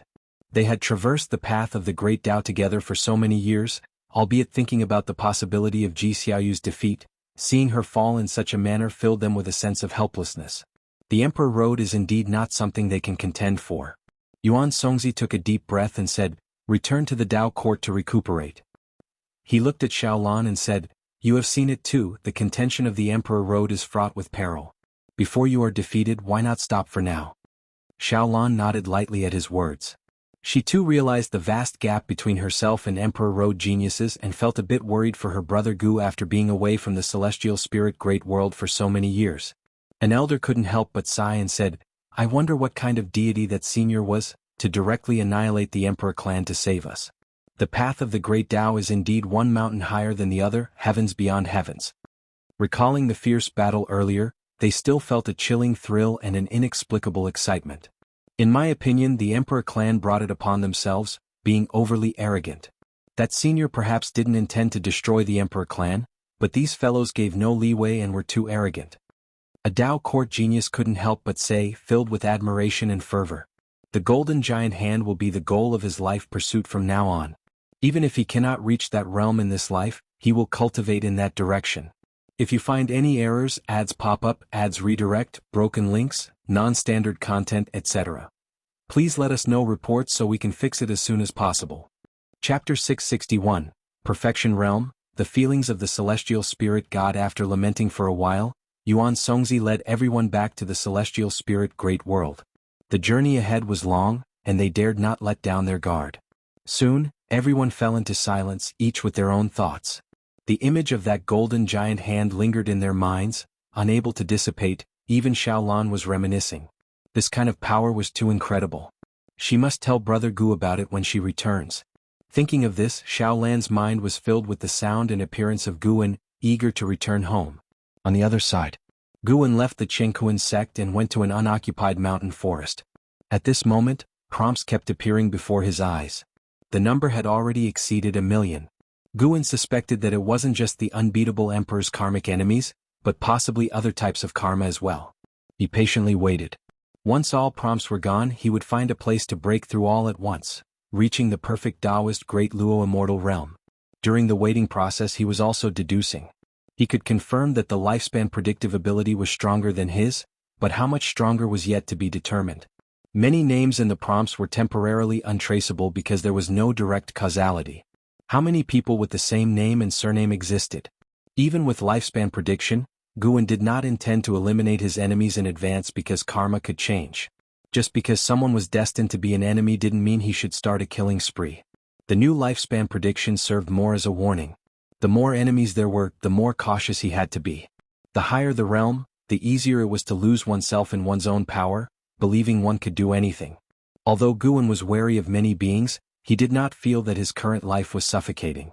On the contrary, he felt happy with his life. He preferred playing in the human world within his own small domain to fighting. After waiting for an hour, no more prompts appeared, leaving Guan feeling helpless. His karmic enemies numbered in the tens of millions, which was absurd. However, judging by the lifespan consumption, not many posed a threat to him. Guan immediately performed the lifespan breakthrough. Even though he could go to the endless Tao mountain, he feared leaving traces and being discovered by unknown entities, so he cautiously used the lifespan breakthrough. After all, a round trip only cost 20 billion years of lifespan, which was a drizzle for him now. Safety was most important. Out of 9 prompts, Guan chose to go to the Hongmeng Great World for his breakthrough, and his figure disappeared into the forest. As time passed, the sun gradually set. Night fell. The forest was still, echoing with the croaking of frogs. Guan's figure reappeared. He was now perfect in the Taoist Great Luo immortal realm, having consumed a total of 40 trillion years of lifespan for this breakthrough. Thanks to the Emperor clan, even with such a loss of lifespan, Guan still had 100 trillion left. Next, he could begin to endure for 1 trillion lifetimes.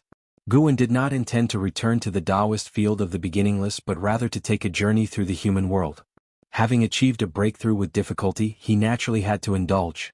With the dim night, the forest was silent, the moonlight filtering through the gaps in the leaves, elongating Guan's shadow. He walked while contemplating. Above the Tao Extreme Daluo Immortal, what realm was there? After the Tao court and various major sects suppressed the internal turmoil, the dawn of peace in the world appeared. 1,000 years later, the human world returned to peace. The Emperor Tianhong, renowned and praised by the world, came to the vicinity of the Taoist field of the beginningless. In the forest where he had once knelt for tens of thousands of years, he gazed at the unchanging environment with a look of reflection on his face. After fighting in the mortal world for so many years and returning now, he finally understood what the supporting Tao Sword Venerable meant. He had gained immense fame, and even though he had left the Tao court, many major sects sought to recruit him. He could easily enjoy all the pleasures of the human world, and before returning he did struggle with it. But more than temporary pleasure, he wanted to pursue the great Tao. He stood in front of the stream, waiting, looking back on the events of these years and those occasional fragments of memory. After waiting for an hour, Enzin's figure appeared on the opposite bank, startling the Emperor Tianhong, who quickly saluted her. Enxin, with a cold expression, said, "Come with me. From now on, you are a Wuxia disciple and I am your senior sister." "Thank you, senior sister." The Emperor Tianhong responded, feeling excited. After so many years, he had finally become a disciple of the supporting Tao Sword Venerable. Enxin turned and left, with the Emperor Tianhong hurriedly following. Along the way, Enxin began to introduce the situation within the beginningless. She explained which disciples were there and what rules to pay attention to, and Emperor Tianhong listened attentively, not daring to neglect. When they stepped into the Taoist field of the beginningless, Emperor Tianhong clearly felt the nature's spiritual energy was suddenly different, even though the surroundings hadn't changed much. It was only when he emerged from the forest that he saw an incredibly beautiful mountain forest, a rare sight in the world. Every mountain was planted with various spirit flowers and spirit grass, creating a mesmerizing and beautiful spectacle that no painting could capture. Enxin ambled along the mountain path without flying, compelling Emperor Tianhong to follow her pace. "Senior sister, is the teacher in the dojo?" Emperor Tianhong cautiously asked. Enxin, without looking back, said, "He's not here, but at the latest you'll meet him the day after tomorrow. Is there something urgent? Will I delay him?" Emperor Tianhong asked nervously. Such a great power as the supporting Tao Sword Venerable must be occupied with unimaginable important matters. In outer heaven debating the Tao with great powers? Or exploring the void of the great Tao? He has no urgent matters, just playing in the human world. Perhaps in past years you encountered him, but he transformed into an unremarkable mortal, and you didn't recognize him. Enzin's answer surprised Emperor Tianhong greatly, raising concerns in his heart. He had to recall if he had done anything wrong in front of others. While Emperor Tianhong reflected on himself, Guan wasn't wandering in the human world. He was drinking with the celestial spirit god at the world gate. The two sat at a small table with spiritual wine and some human world dishes placed on it. The celestial spirit god had long given up mortal desires, but since Guan invited him, he graciously accepted. After drinking a bowl of wine, the celestial spirit god took the initiative to say, "Tianhao should have taken root in the misty immortal court by now. I can sense his cultivation level rising rapidly lately." Guan smiled. He indeed is doing quite well. After reaching the perfect Taoist Great Luo immortal realm, Guan could precisely calculate the karma of the misty immortal court. The court's destiny couldn't obstruct his gaze. He could see everything within and knew Tianhao had gained the recognition of an immortal mansion, fully integrating into the misty immortal court. The celestial spirit god nodded and then asked, How do you intend to deal with the Tai immortal monarch and the 72 immortals of Jindong? Immortal gods can't be completely eradicated. One day they will return to the celestial court or be discovered missing by it. Guan took the wooden token from his waist and placed it on the small table, jokingly saying, "After wearing it for so many years, I'm really not used to it. As for the Tai immortal monarch, let him continue to sink in the suffering of reincarnation. I will indeed spare them before the celestial court discovers them, but until then, I'll make them suffer a little." Even though it wasn't the first time Jindong's 72 immortals had been turned into wooden plaques, the celestial spirit god still felt amazed. Immortal gods were so fragile in Guan's hands. Sir the Oval Fire. Net website on Google to access chapters of novels early and in the highest quality. Even having pledged allegiance to Guan, he still didn't know Guan's cultivation level. The human world has already seen other immortal gods and chaos evil demons appearing. If this goes on, it will certainly lead to catastrophe. As a celestial god, how do you think I should get through this calamity? Guan asked the celestial spirit god. Perhaps it was an illusion, but although Guan sought advice, the celestial spirit god felt he wasn't that fearful of the celestial court.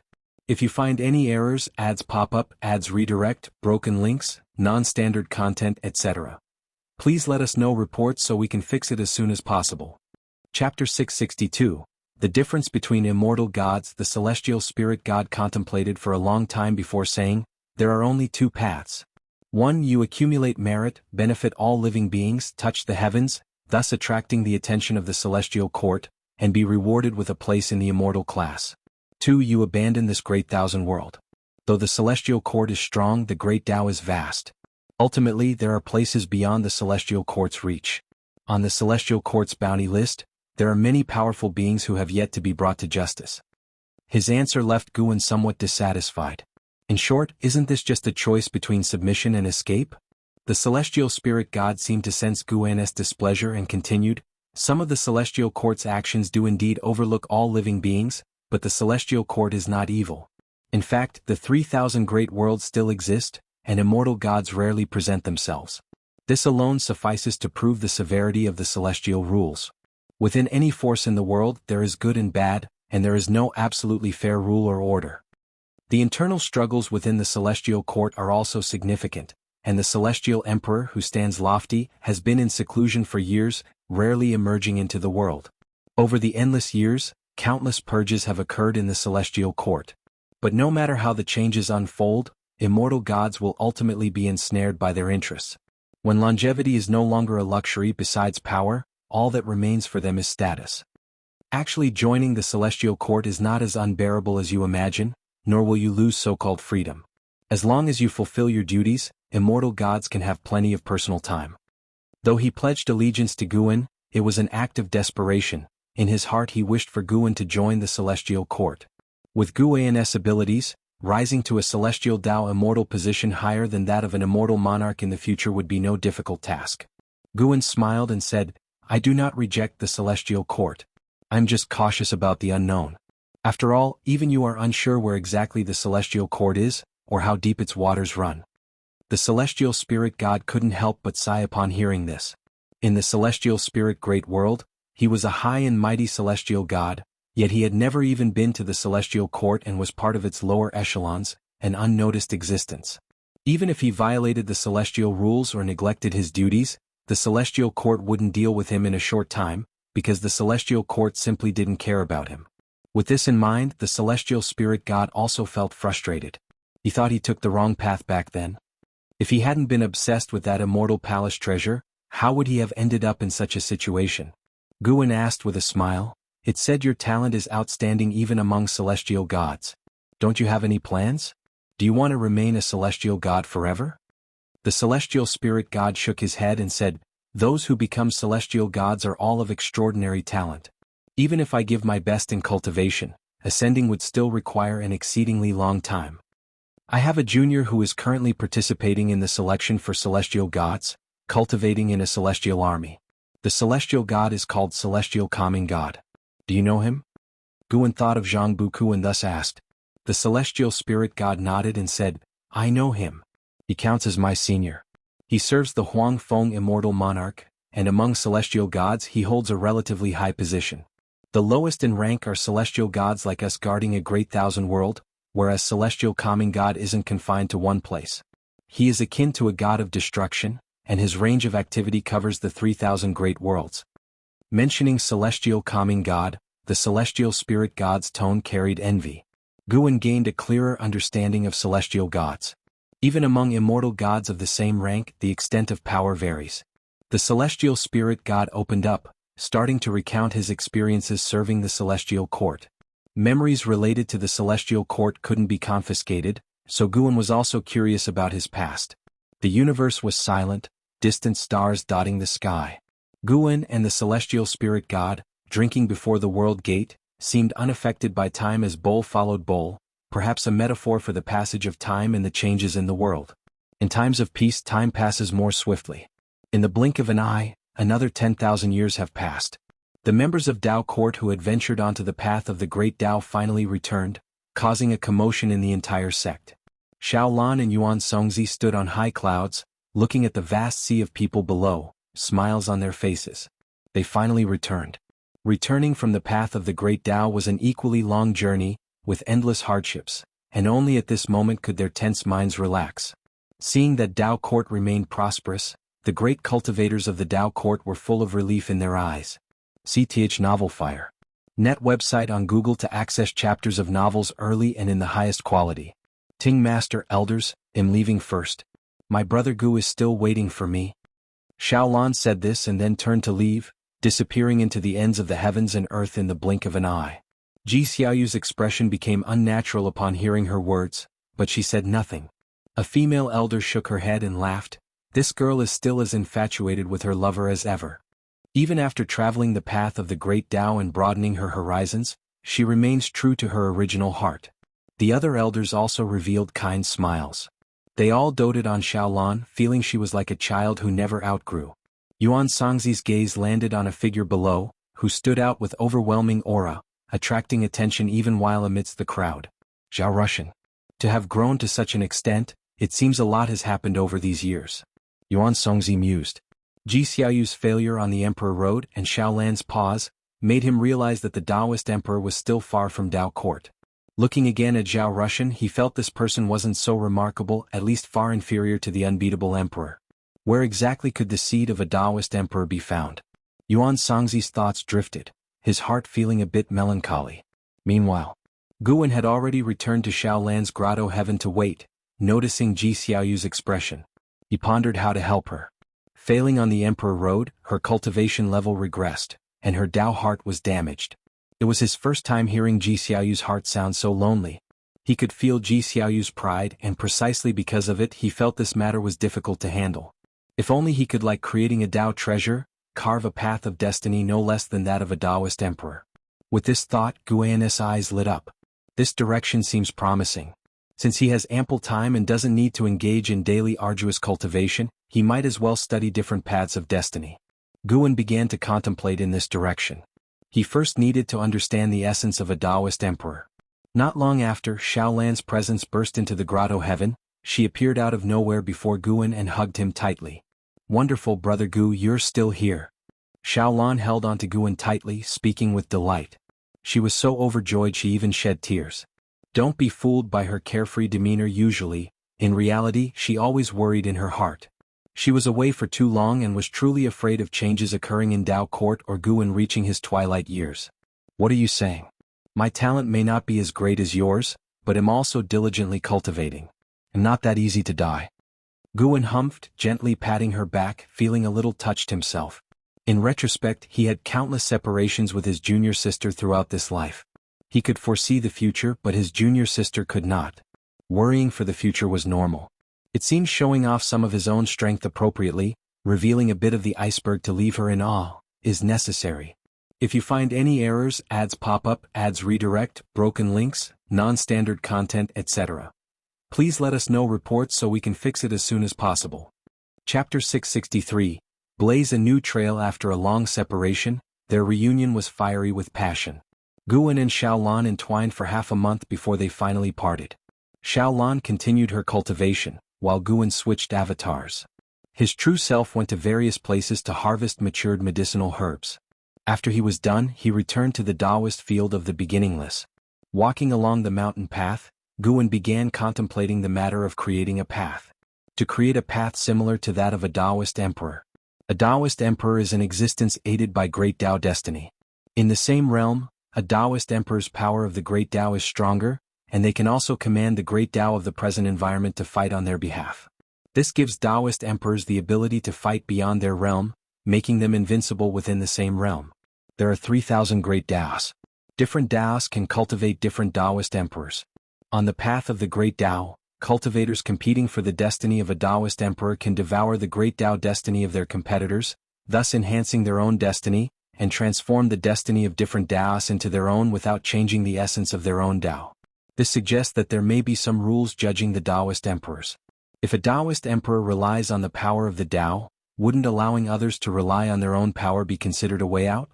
As this thought emerged, countless ideas burst forth in Guan's mind. He suddenly thought that the celestial court could also be such an existence. The heavenly court immortals leverage celestial Tao destiny, fundamentally similar to Taoist emperors, albeit the immortal gods are stronger. Could it be that the so-called celestial Tao was also created by an extremely powerful existence? Guan's imagination ran wild, and he decided to test such an approach. To transform his own power into a cultivation system for Jixiaoyu to use. Providing such a method is not difficult and can be transmitted through the path of cause and effect. But mere borrowing pales in comparison to the Taoist emperors and the heavenly court immortals. Upon acquiring great Tao destiny, a Taoist emperor's cultivation speed increases, and the heavenly court immortals can rely on celestial Tao destiny to attain immortality. Guan felt that to successfully create this, it would take a very long time. He did not feel discouraged by this. Instead, he was full of anticipation. Things that can be achieved easily are not worth expecting. A long time passed. Guan returned to his courtyard, and besides Shenzhen, an Xan and Emperor Tianhong were also present. The two were discussing something, and upon seeing Guan, they immediately saluted. Master Yuan Luo offended Zhao Rushan at the Tao Court's Genius Conference.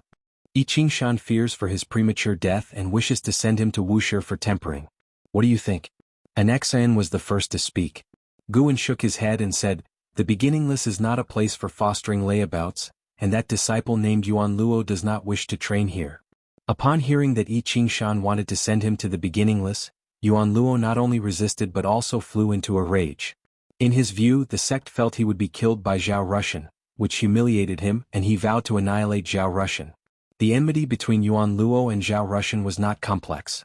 At the Genius Conference, Yuan Luo shone brilliantly, and Zhao Rushan tried to recruit him, but his words implied threats, which displeased Yuan Luo. The two clashed, and with his fiery temper he even took the initiative to strike Zhao Rushan.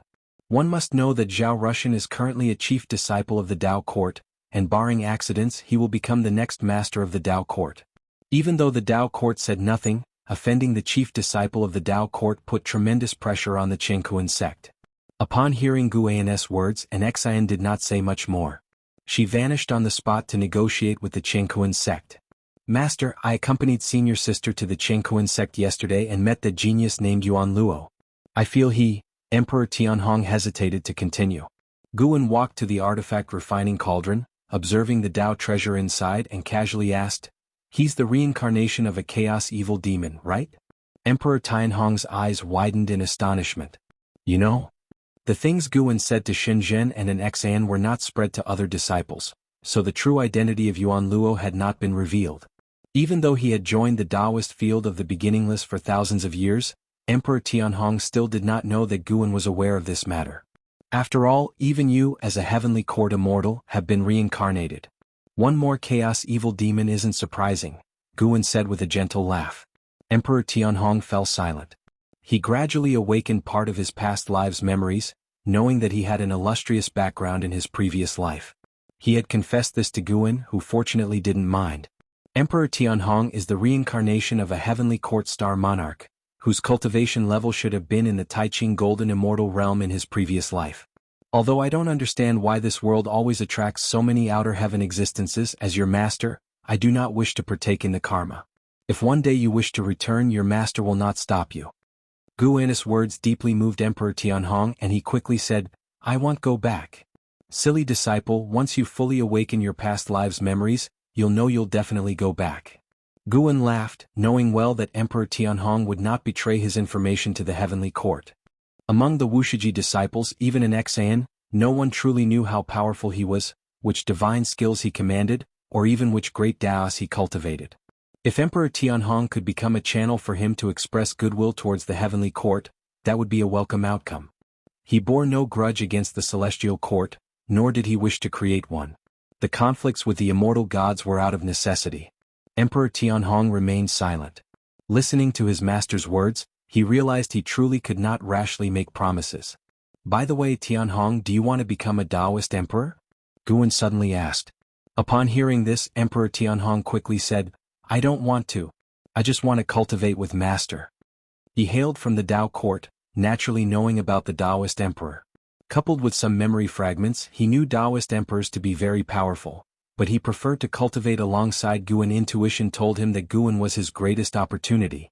Guan turned to look at him and asked with a smile, if I open up a path similar to that of a Taoist emperor, would you be willing to step into it? Sarch * the Nelfer. Net website on Google to access chapters of novels early and in the highest quality. Emperor Tianhong's eyes widened with excitement. Of course I would. If you pave such a path, master, I am willing to be the trailblazer. Shenzhen, standing to the side, added, if you're truly going to open up a new path of cultivation, then I also want to join. She had faith not in the immortal gods nor the great Tao, but in Guan. Guan shook his head slightly and said, it's just a concept. Whether it will succeed is still uncertain.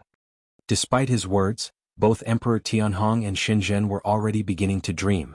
In a quiet palace, Ji Xiaoyu sat cross-legged on a prayer mat, cultivating. However, her brows were tightly furrowed as if she was enduring pain. Suddenly, she opened her eyes wide and spat out a blood arrow. Her face turned pale and her entire aura collapsed. Despair filled her eyes. Her cultivation level was dropping again. If this continued, she might fall back to the Taoist collection freedom immortal realm, or even drop to the mortal realm. She couldn't tell if it was backlash from the Emperor Road or if the unbeatable Emperor's divine skills were still tormenting her. What kind of divine skill is this, that even the slightest leak of breath can make me lose? Is it possible he wants to conceal this divine skill by eradicating everything? Ji Xiaoyu fell into contemplation, recalling the divine skills used by the unbeatable Emperor, which sent shivers down her spine. It was an aura of utmost evil. At this moment, a terrifying pressure enveloped the palace, causing her expression to change dramatically. She looked up to see a cloud of dreadful black gas appearing on the dim ceiling, within which a pair of terrifying eyes opened. The eyes were purple, resembling a pair of snake eyes staring down at her. If you find any errors, ads pop up, ads redirect, broken links, non-standard content, etc., please let us know reports so we can fix it as soon as possible. Chapter 664. The strongest power. These eyes. Ji Xiaoyu felt a chill run down her spine, and she couldn't help but ask, you didn't die? Back then, it was with these eyes that the unbeatable Emperor defeated her. As soon as these eyes opened, she was drawn into a strange illusion realm. In the illusion realm, she was besieged by multiple versions of herself until she was defeated. Even now, she could not comprehend it when she recalled the incident.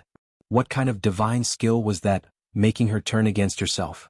The battle within the illusion realm didn't feel like a hallucination because afterwards, the injuries she sustained there manifested in reality. These mysterious eyes didn't answer Ji Xiaoyu, only stared coldly at her. Ji Xiaoyu sensed something was wrong. Her expression changed drastically. She instinctively tried to get up, but an unbelievably terrifying force suppressed her, preventing her from rising. The other party was probing her karma. No, he wasn't the unbeatable Emperor. Ji Xiaoyu could feel that the oppressive force was much stronger than that of the unbeatable Emperor. It was an unimaginable power. Even Guan did not bring such a terrifying sense of pressure.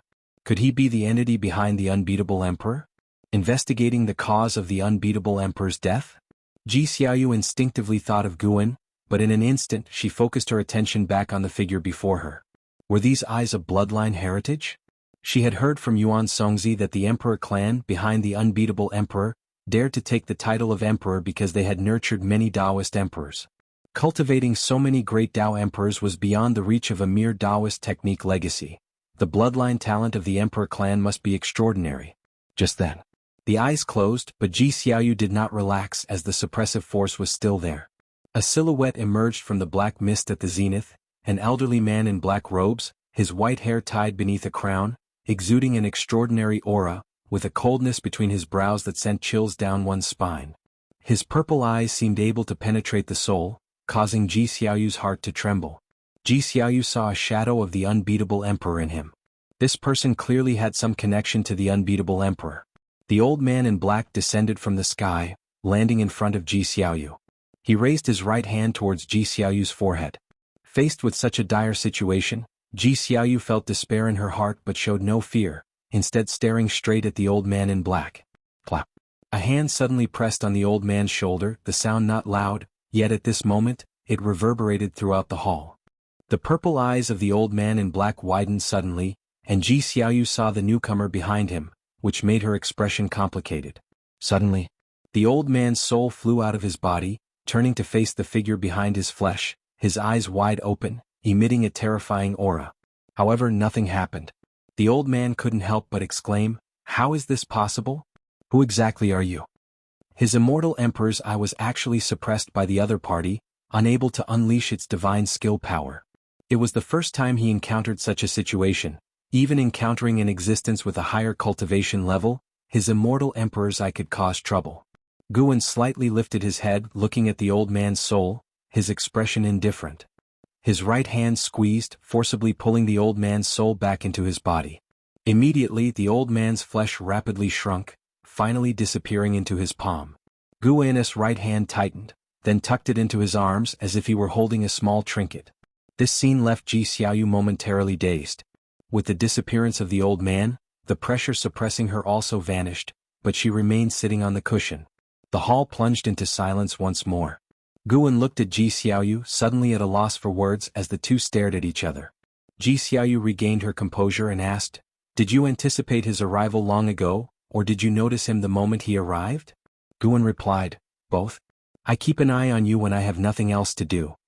These words caused a subtle change in Ji Xiaoyu's gaze. Does he care about me? Thinking this, Ji Xiaoyu felt a little elated inside, though she did not show it on her face. CTH Novel Fire. Net website on Google to access chapters of novels early and in the highest quality. Guan could hear her inner thoughts, which boosted his confidence. He smiled and said, "Miss Third, do you have any grievances against me? Not visiting for years and going off on the path of the great Tao. If you came to me, I could surely grant you power stronger than a Taoist emperor." He still preferred to call Ji Xiaoyu Miss Third, as it reminded him of the past. "I can't bear such a title and I'm no longer associated with the Ji family," Ji Xiaoyu replied, pondering how to deal with Guan. She knew Guan's words might be true, but she still didn't want to rely on him. Guan sighed inwardly, she's indeed proud. With a wave of his right hand, a Tao treasure flew to Ji Xiaoyu and Guan said, "This is a Tao treasure I crafted called the Reincarnation Endless Map. It contains the path of reincarnation, capable of eliminating the residual power left by the unbeatable emperor." With that, he disappeared into thin air.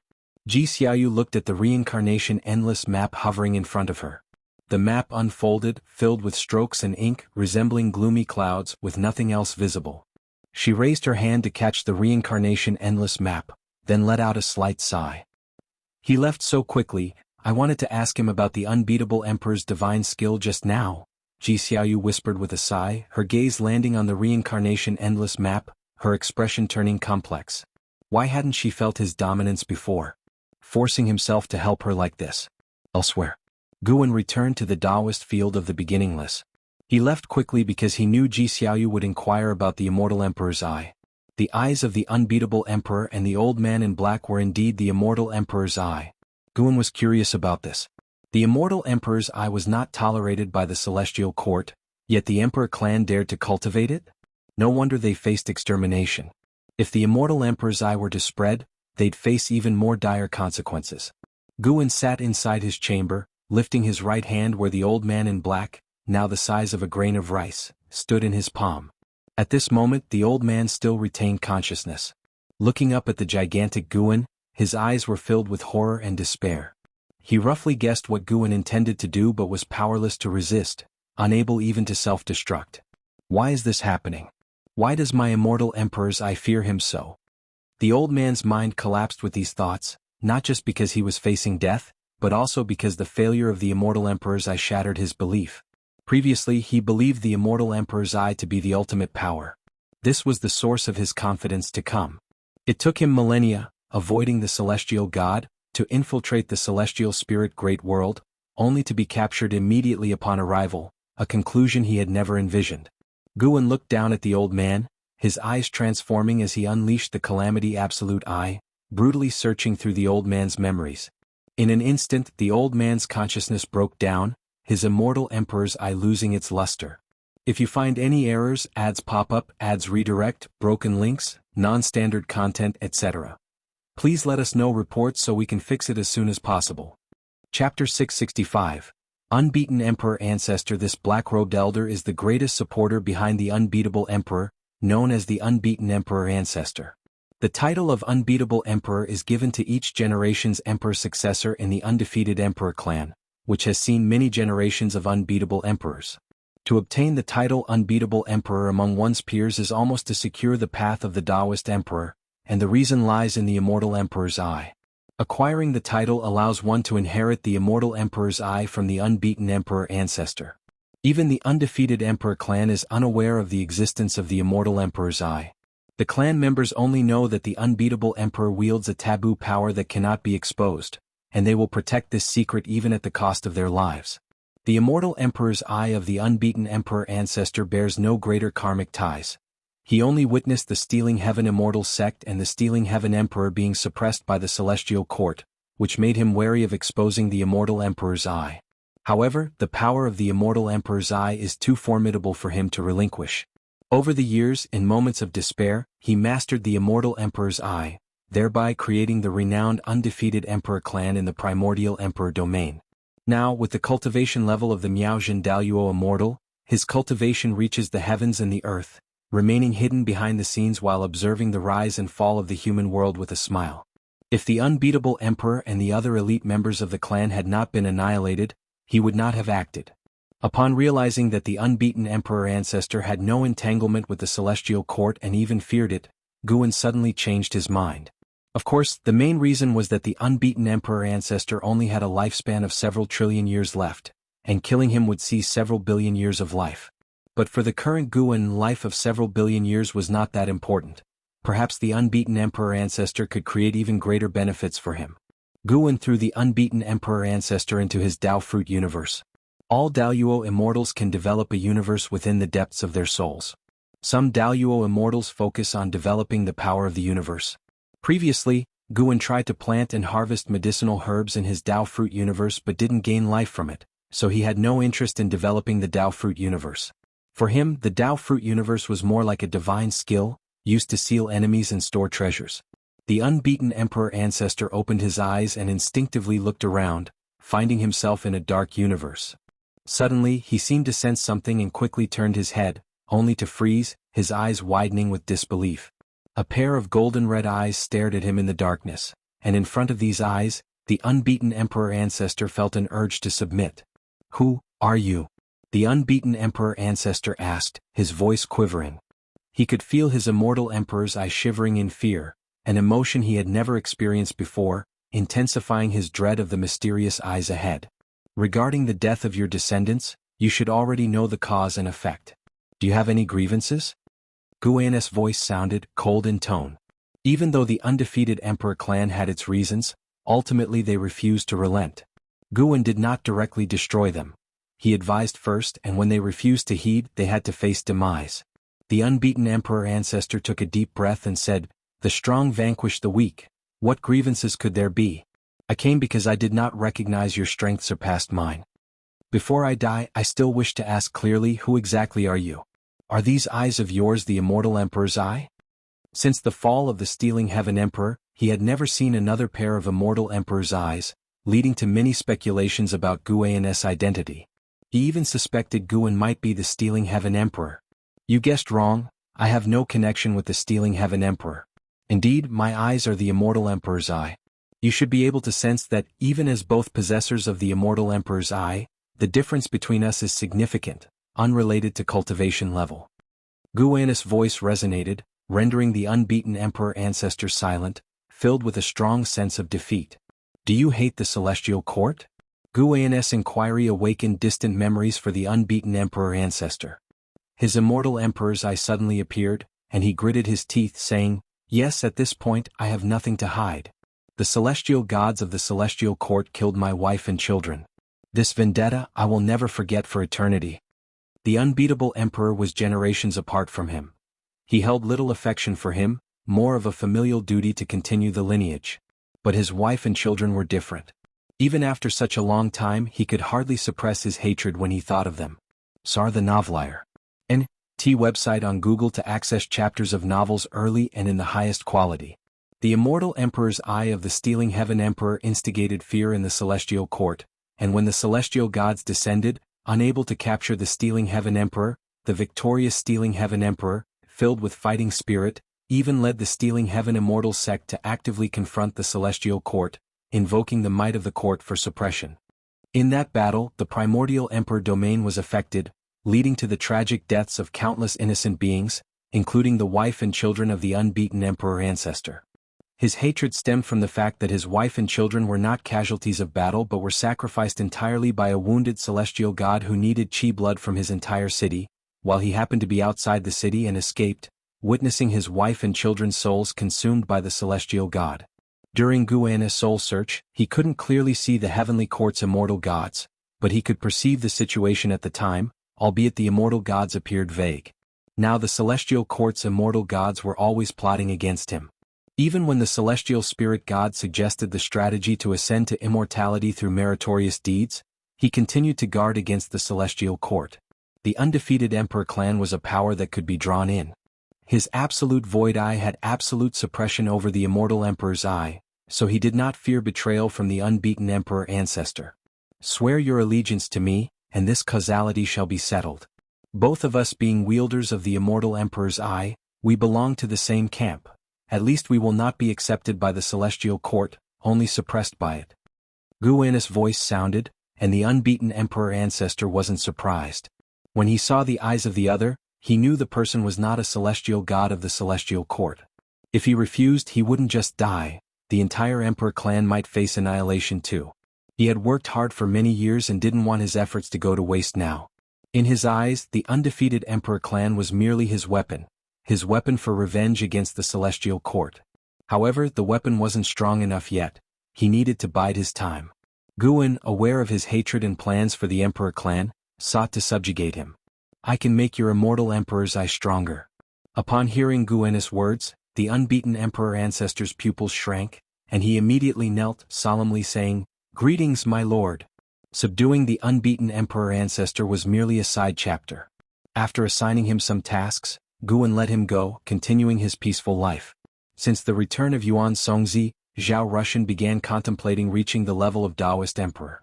This plan had long circulated within the Tao court, and in past years, Zhao Rushan was unable to defeat Emperor Tianhong. He felt that only becoming a Taoist emperor could fully surpass Emperor Tianhong. However, Yuan Songzi did not agree to take him on the path of the Great Tao, making Zhao Rushan quite dissatisfied. Yuan Songzi's assertion that he wasn't ready felt humiliating to him. Why could a mundane woman like Xiaolan go, but he couldn't? Occasionally, when Guan went to accompany Xiaolan, he noticed Zhao Rushan's maneuvers, as this fellow was secretly enlisting the upper echelons of the Tao court, with a mind even inclined toward rebellion. To this, Guan had no intention of intervening as long as it didn't affect Xiaolan. Time flowed rapidly under this backdrop, far faster than before, as the era of the primordial era also approached its end. If you find any errors, ads pop up, ads redirect, broken links, non-standard content, etc., please let us know reports so we can fix it as soon as possible. Chapter 666. Changes of the world. 200,000 years after the reshaping of heaven and earth, figures of both humans and demons have spread across the celestial spirit great world, and the celestial Tao destiny that shrouds the great world has also begun to change. Those great powers who comprehend the rules of heaven and earth can all sense that the fate of the world is about to enter a completely new phase. Time flies. It has been 100,000 years since Guan subjugated the unbeaten emperor ancestor. 100,000 years are enough to change the world, but only those great powers who remain in deep seclusion have not been affected. Now the human world has a new landscape with an imperial dynasty named Taiqin rising. Supported by many super sects from the human world, within 100,000 years, Taichien has aggressively expanded, and although it has not yet completely unified the world, its momentum has shown everyone the aura of a world ruler. The relationship between Taichien and the Tao court is somewhat tense. Their grievances are many, and it is difficult to discern who is right or wrong. In early summer of this year, Guan wandered with Emperor Tianhong within the Qingkuan sect, watching the recent internal competition. After the combat ended, they went to an inn to drink wine. Name, Guan, lifespan, 283-979/18-947-893-809-561, physique, primordial Tao creation body, cultivation level, perfect Taoist great Luo immortal realm, without much fighting and killing. The increase in lifespan isn't very fast, but fortunately it's steady. Guan is quite satisfied with this pace of increase. For the next million years, there will be no catastrophe in the celestial spirit great world, so his days will be very peaceful. He has achieved the cultivation level of the perfect Taoist great Luo immortal realm, and he can now consider factors beyond the cosmos in his future predictions. His foresight includes the influence of the 3,000 great worlds on the celestial spirit great world, a prediction ability far surpassing before. However, there are still unknown causes and effects he cannot factor in. Tianhao has already left the celestial spirit great world, and it is challenging for larger causes and effects to descend upon the celestial spirit great world again. While pouring wine for Guan, Emperor Tianhong curiously asked, "Master, recently a lot of mysterious talents have appeared in the Qingkuan sect. Might this be your handiwork?" Guan replied, "I Qingshan constantly begged me, so I had no choice but to recommend a batch of talents. This batch of talents is not simple. They are from the undefeated Emperor clan and would be considered top-tier talents even in the primordial Emperor domain. Coming to the celestial spirit great world, none are inferior to Zhao Rushan." Guan first arranged for the unbeaten Emperor ancestor to deploy 20 people. These 20 have already established a foothold in the Qingkuan sect. They are very happy to have come to the celestial spirit great world, for within the clan, they amounted to nothing, but here they finally experienced the treatment of peerless talents. The most important thing is that it's the arrangement of the ancestor. Being able to serve the ancestor, they feel proud. Under the admonishment of the unbeaten Emperor ancestor, these talents behaved very well, causing no trouble and actively making contributions to the Qingkuan sect. "Does Wuxia have other disciples?" Emperor Tianhong inquired further. The 20 talents from the unbeaten Emperor ancestor made a great impression during the Qingkuan sect's competition. He felt their talent was not inferior to his own, which surprised him greatly. Guan shook his head and said, "It's just a bit of cause and effect with me." Seeing that Guan didn't want to elaborate, Emperor Tianhong stopped probing and shifted the topic to the millennium combat within the Taoist field of the beginningless. Every millennium, one-on-one sparring occurs within the Taoist field of the beginningless. In the last bout, Emperor Tianhong faced the Blood Prison Great Saint. He unexpectedly lost to the Blood Prison Great Saint. This frustrated him greatly. He had thought himself to be the second disciple of Wuxia, yet he was unable to defeat that seeming frivolous ox demon. However, considering the Blood Prison Great Saint was his master's only steed, he felt a sense of relief. Now he just wanted to know what divine skills the Blood Prison Great Saint was cultivating that were so domineering. Guan answered, "Extreme Tao Combat Technique, it's a Taoist technique I created during my reincarnation. It's a technique distinct from divine skills, very difficult to cultivate, and even he has only barely entered the Tao. The Extreme Tao Combat Technique is a Taoist technique created by the Extreme, and among all the disciples, only the battle spirit of the Blood Prison Great Saint is qualified to cultivate the Extreme Tao Combat Technique." Hearing this, Emperor Tianhong mused deeply.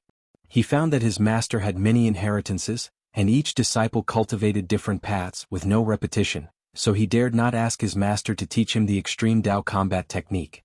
He believed the Taoist technique passed to him by his master was not weak, only he had yet to reach the grand achievement to unleash its true power. "After this internal competition ends, do me a favor by going down the mountain to Taichien, find someone and teach him the method of cultivating immortality, and give him a new name, Tai." Guan looked at the street outside the window and said softly.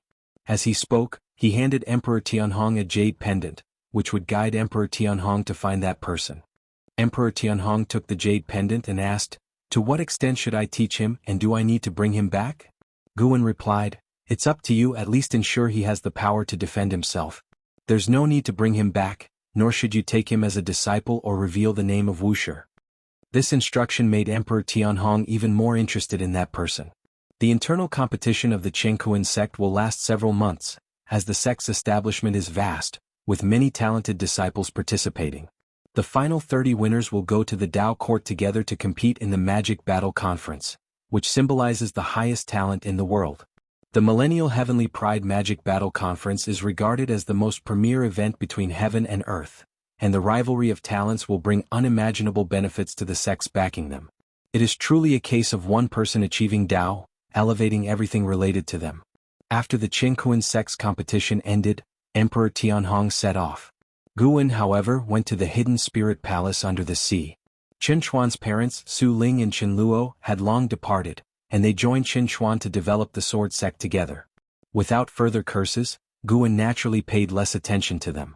Even though Chen Chuan was Xiao Chuan's reincarnation, Guwen had already given enough care to his parents, with no need to keep watching all the time. The hidden spirit palace was desolate, with arrays of medicine gardens planted in front of the palace. The distribution was simple, and the colors pieced together gave off a bizarre sense of beauty. The deep-sea dragon carp opened its eyes and saw Guwen harvesting medicinal herbs. It immediately stood up. Saw the Ovalfire. Net website on Google to access chapters of novels early and in the highest quality. Now it had the cultivation of a divine immortal of wondrous dharma. Its temperament had become more mature than before, yet in its simple white robe with long hair reaching the ground, it still exuded a feminine grace. Although it still had the appearance of a feminine grace outwardly, it already understood the difference between genders. After cultivating in the hidden spirit palace for more than 200,000 years, it also harbored greater ambitions in its heart. Master, when will you let me adopt a few disciples to relieve my boredom? The deep-sea dragon carp came beside Guwen, asking cautiously. Since Chen Luo and his spouse left, it felt lonely, often having no one to talk to. Guwen ignored its sigh, knowing well what it was thinking, and said, "Once you reach the Zizai immortal realm, I will permit you to travel for 1,000 years to personally select and bring back 9 disciples." Zizai immortal? The deep-sea dragon carp's expression changed slightly, indicating it might take another 1,000,000 years. But thinking about its grand ambitions, it felt that even achieving the cultivation of the Freedom Realm was far from enough, and being able to cultivate 9 disciples in the Zizai immortal realm would greatly aid its future vast undertaking. "Thank you, Master." The deep-sea dragon carp immediately bowed, thanking Guwen. If you find any errors, ads pop up, ads redirect, broken links, non-standard content, etc., please let us know reports so we can fix it as soon as possible. Chapter 667. Taiwei Divine Court. Guwen did not look at the deep-sea dragon carp. He continued to pick the medicinal herbs. His heart was filled with emotion. As the disciples' time in cultivation grows longer, their hearts too begin to nurture ambitions. This is quite normal, for cultivation is indeed pursued with some goal. Guwen would not restrain the disciples for a lifetime. With his promise to the deep-sea dragon carp, the fate of the deep-sea dragon carp changed. Long in the future he would unify the ocean demon clans of the celestial spirit great world, even transform into a dragon, establish the Dragon Palace, and would engage in an epic-changing battle with the immortal cultivation realm on the continent. Seeing scenes of the future, Guwen did not think it was a bad thing. Such conflicts are the choice of heaven and earth. Without the deep-sea dragon carp, someone else would do it. He could not claim that all wars are absolutely evil. It is worth mentioning that when that great calamity comes, the deep-sea dragon carp will also face a Wuxia disciple, only that the two sides do not know each other. The deep-sea dragon carp did not know that Guwen was peering into his future, and he meticulously followed Guwen, narrating his recent cultivation confusions, which Guwen addressed one by one. His upbringing of the deep-sea dragon carp was not inferior to that of the Wuxia disciple. After all, the deep-sea dragon carp had been independently managing the medicine garden of the hidden spirit palace with great merit. The deep-sea dragon carp was in the realm of the divine immortal of wondrous dharma, while the disciples within the Taoist field of the beginningless had the lowest cultivation level, also being in the divine immortal of wondrous dharma realm. Among them an Xian and the blood prison great saint had already crossed into the Tao void profound immortal realm, reaching the divine thought true immortal realm. Although their strength could not yet be considered great, Guwen was still satisfied with their growth speed. After all, not everyone could be as favored as him. Even the most exceptional talent requires a long time to accumulate cultivation. Under the magnificent blue sky, the mountains stretched continuously, with celestial giant trees rooted, towering over the surrounding majestic mountains, and there was more than one such tree. Beneath a giant tree, thousands of cultivators gathered together, and even with so many people together, the diameter of the occupied area was still far less than the width of the main trunk of the giant tree. Once the Holy Heaven Reincarnation and the former Lord of the Heavenly Spirit Great Heaven and Earth Holy Court, Zhu, she stood among the crowd, listening to the person speaking at the front. The Divine Court is domineering, controlling the life and death of all living beings under heaven, and the cycle of reincarnation is at their command. The land upon which all beings dwell is divided by them. Those expelled by the Divine Court must leave the Taiwei Great World, but outside the Taiwei Great World lies a dark forbidden zone, with countless evil demons and ghosts lurking, waiting to swallow living spirits. We, imprisoned here, have nothing to await but exile. Zhu, wearing a blue and white form-fitting robe with her hair tied casually, exuded a demeanor of a chivalrous lady from the martial world. Listening to the speech, her thoughts drifted away, a wry smile appearing on her face. She was originally venturing in another great world. Having awakened her origin divine soul, she was already a profound yuan-free immortal, having re-established her own sect. Due to sectarian struggles, she was jointly targeted by the local major sections. In the midst of chaotic fighting, she deployed a secret technique, shattered the void, and escaped into the chaotic stream of the Great Tao. Upon awakening again, she found herself in the Taiwei Great World. Just as she was about to acquaint herself with the new world, a group of cultivators descended from the sky, declaring her an outsider adventurer who must be detained, and thus she ended up here. This little world is the detention ground of the Divine Court, housing countless living beings, even those far exceeding her cultivation, and quite a few at that. She wandered this place aimlessly until someone recruited her, inquiring if she wished to escape to safety. Having ventured through numerous worlds, Zhu deeply understood that one's fate must be grasped in their own hands and could not sit idly by waiting for doom, and thus she came along. Surrounding thousands, with the lowest cultivation level being the Zizai Immortal Realm, and the speaker's Tao practice being deep and unmeasurable, reminiscent of the type of adversary she faced when departing the celestial spirit great world. Even if my master were here, his Tao practice might still not be as profound as his. How terrifying a level of cultivation to be suppressed by the Divine Court, how formidable must this Divine Court be? Zhu pondered alarmed, and thinking of her master made her feel a bit desolate. Parting for over 200,000 years, she could not find her way back to the celestial spirit great world and felt as though she might never return in this lifetime. Only after leaving the celestial spirit great world did she realize how magnificent the great Tao was. Because of this, her heart embraced even grander aspirations. She wanted to restore the Holy Court, to elevate it to an existence surpassing the 3,000 great worlds. For now she had to find a way to escape this place. The more perilous the situation, the more she felt she could encounter great fortunes. This Taiwei great world surely harbors great fortunes beyond her imagination. Search * the Oval Fire. @ website on Google to access chapters of novels early and in the highest quality. Do you suppose what his cultivation level might be? A voice suddenly reached Zhu's ears, causing her to turn her head. A handsome man came beside her, his face smiling, in stark contrast to the grave expressions on the faces of those around. How high? Zhu inquired. The handsome man smiled and said, "He is an innate golden immortal, above the heaven-encompassing free immortal." Zhu's pupils suddenly dilated. In the previous great world, she had heard of the legends of innate golden immortals, and she never expected to encounter one in a place like this. The handsome man continued, "In this place, there are dozens of innate golden immortals. Do you know the realm of the Divine Court cultivator guarding this place?" "What is the realm?" "That one's realm is the heaven-balancing golden immortal realm, above the innate golden immortal, with 100 innate golden immortals under him, suppressing this place, while within the Divine Court, the heaven-balancing golden immortal is far from the summit."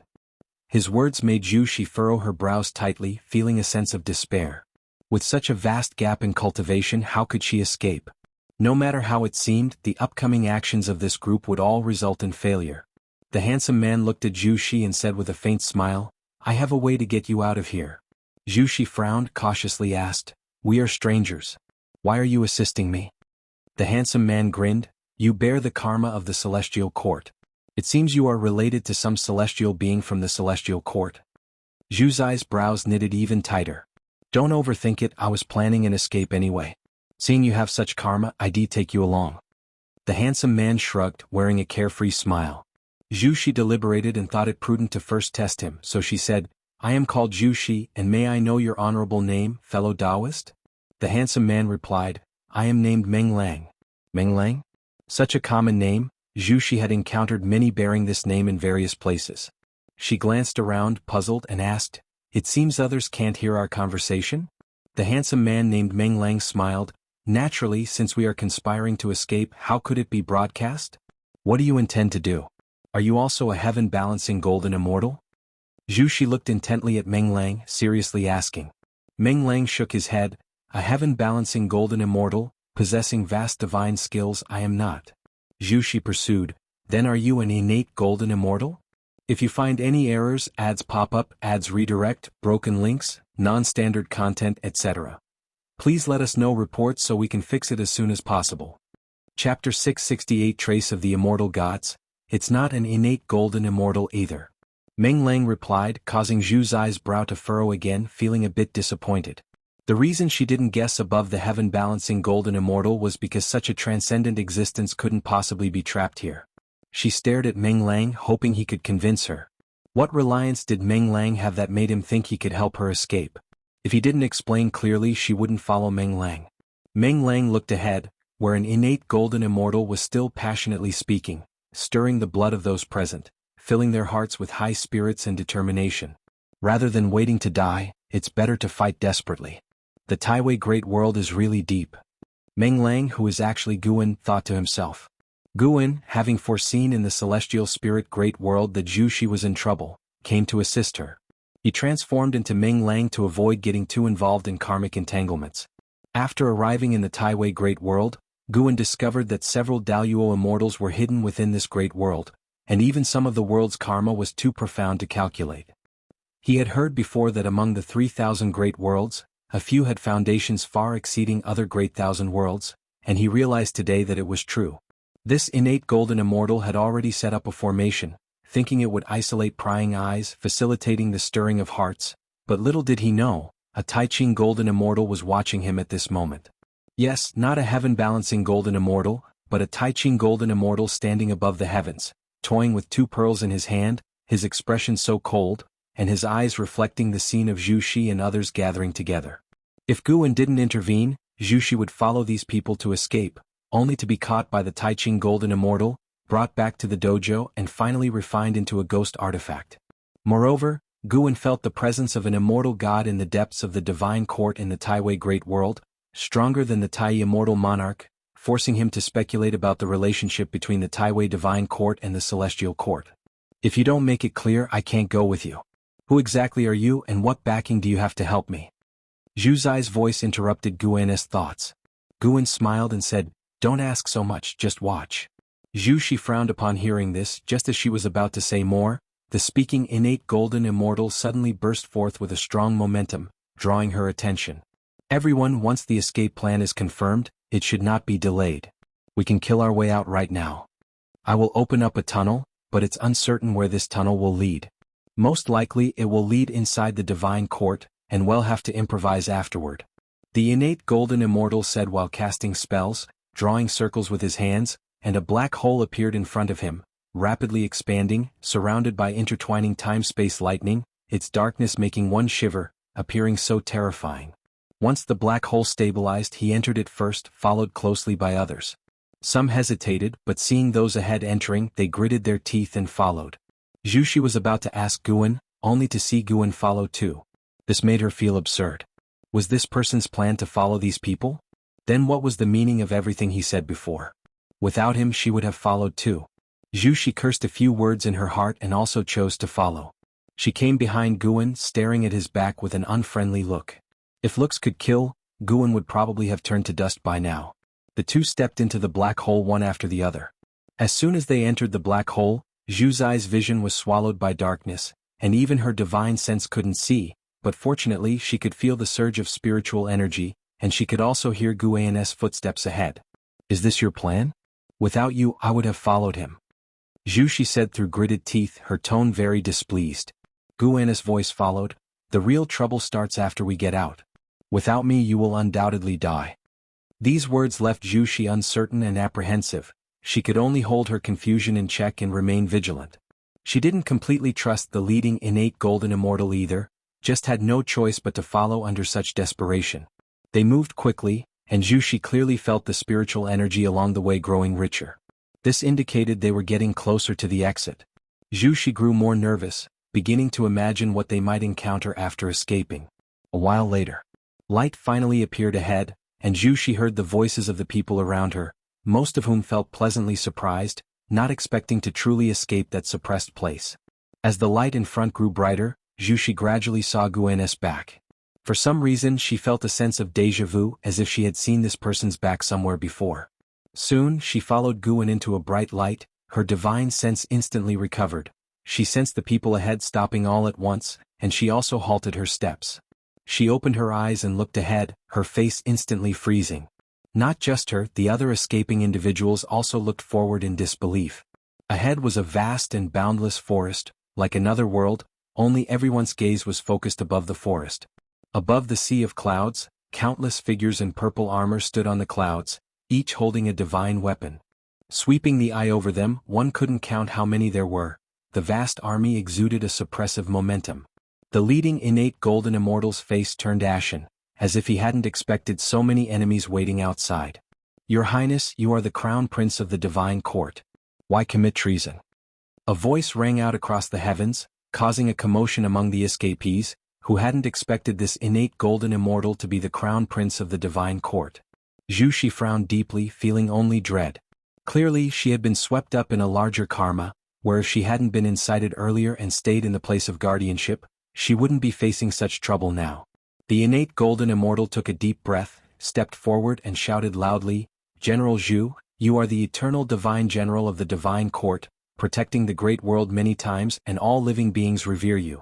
But now the divine court has become a lapdog of the immortal gods. In the last 1,000,000 years, how many innocent lives have been lost to the divine court's offerings to the immortal gods? Can you really remain indifferent? That immortal god is insatiable, enlarging ambition step by step, and one day will set eyes on the foundation of our divine court. We cannot gamble." These words made the escapees even more uneasy. How could it also involve the immortal gods? Even in the Taiwei Great World, immortal gods were nothing but elusive legends. They, like Zhu Shi, felt things had become extremely perilous, involving the crown prince of the divine court and the immortal gods, meaning what awaited them was likely an irreversible disaster. Zhu Shi turned to look at Guan, noticing not a trace of tension on his face, which only piqued her curiosity even more about how this person planned to lead her out. Could it be related to that immortal god? SAR the novel F.I.R. NT website on Google to access chapters of novels early and in the highest quality. From what the divine court crown prince said, that immortal god seemed very malevolent, but to Zhu Shi, an outsider, the good and evil of this realm were temporarily irrelevant. She just wanted to escape. If you find any errors, ads pop up, ads redirect, broken links, non-standard content, etc., please let us know reports so we can fix it as soon as possible. Chapter 669. The Struggle of the Celestial Emperor. As the words of the divine court crown prince fell, a magnificent figure emerged above the vast army in purple armor on the clouds, appearing ethereal in the sunlight, like a mirage. General Zhu. He stood high above, overlooking the world, wearing heavy and majestic red armor. His face was solemn and his brows resembled two flames. His long hair coiled beneath the divine crown, and 7 giant swords radiating different divine lights hovered behind him in a fan shape, as if 7 divine powers stood behind him. Before General Zhu, Zhu Shi and the escapees felt a deep sense of awe. Some couldn't withstand the pressure and fell to their knees directly. General Zhu's right hand was half raised, playing with 2 beads in his palm, like 2 stars squeezing together, shaking the soul. "Crown Prince, how dare you slander the immortal gods and question the divine court? If His Majesty knew this, imagine his heartbreak." General Zhu's voice rang out, and as his words ended, a vertical eye suddenly opened on his forehead, shooting a terrifying red beam at incredible speed down from the sky.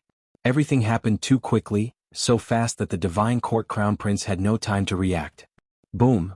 The red light struck the divine court crown prince, and the dreadful impact blew the escapees away. Some attempted to flee, but the tunnel created by the divine court crown prince had vanished. Just as the escapees tried to leap up, an unimaginable pressure pinned them down, forcing them to their knees. Howling winds, scattered debris and forests were swept away, resembling the arrival of the apocalypse. Zhu Shi was pushed to her knees, struggling to lift her head, her pupils trembling in fear. Such terrifying suppression. She couldn't imagine how terrifying it would be if the opponent went all out. The red light dissipated in front, leaving only a white skeleton of the divine court crown prince, trembling precariously, eventually collapsing on the ground. This scene filled the thousands of other escapees with despair. If even the divine court crown prince had to die, how could they survive? High above, General Zhu's expression was indifferent, as if he had not killed the divine court crown prince, but merely an insect. The countless divine soldiers in purple armor, also expressionless, heightened the air of despair in the land. General Zhu opened his right hand, letting the two beads fall, releasing a dazzling light as they descended, dimming the world. The intense light fell, and Zhu Shi couldn't help but turn to Guan beside her, gritting her teeth and asking, "Didn't you say you have a way?" Guan glanced at her, a corner of his mouth curving up. His smile appeared arrogant in Zhu's eyes, seeming crazily out of place at this moment. Zhu Shi couldn't understand why this person could still smile as scorching air waves descended from the sky, making her mind go blank for an instant. Boom! The ground erupted with a world-shaking explosion. Countless trees flew like confetti, the divine soldiers of the court coldly overseeing everything. General Zhu's expression shifted, greed flashing in his eyes. Under the dusk, lying on the ground, Zhu Shi suddenly opened her eyes.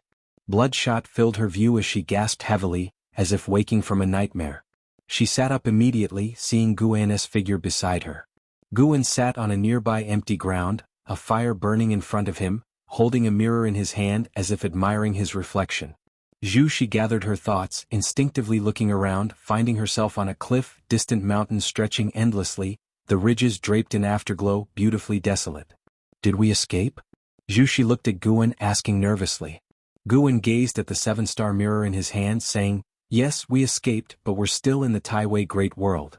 The seven-star mirror, after his modifications, was now a Dao treasure, reflecting images of the human world in the Taiwei Great World on its surface as he spied on it. Hearing his words, Zhu Shi sighed in relief, standing up, bowing to Guan in gratitude for saving her life. "Senior, I have things to attend to, so I'll take my leave." Zhu Shi turned and left after saying this.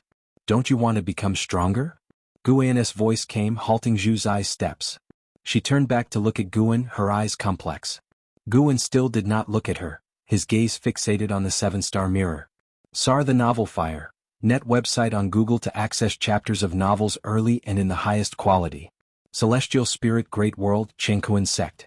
In the early morning, Guan and the Celestial Spirit God walked down the street, appearing to be strolling, yet discussing grand matters of the Great Thousand World. "I learned from my dear friend that the atmosphere in the Celestial Court is strange, reportedly involving the struggle for the Celestial Emperor's position, with countless unimaginable forces scheming secretly, even reaching the Celestial God level." The Celestial Spirit God said gravely, under Guan's suggestion, he began to deepen relations with other Celestial Gods, with his mentioned dear friend coming from the misty Immortal Court. Guan, browsing the roadside stalls, asked, "Does it involve Tian Hao?" Previously, the Tai Immortal Monarch and Profound Star Immortal Monarch seemed to have targeted him. The Celestial Spirit God shook his head, saying, "Even in his past life, Tian Hao was far from capable of competing for the Celestial Emperor's position.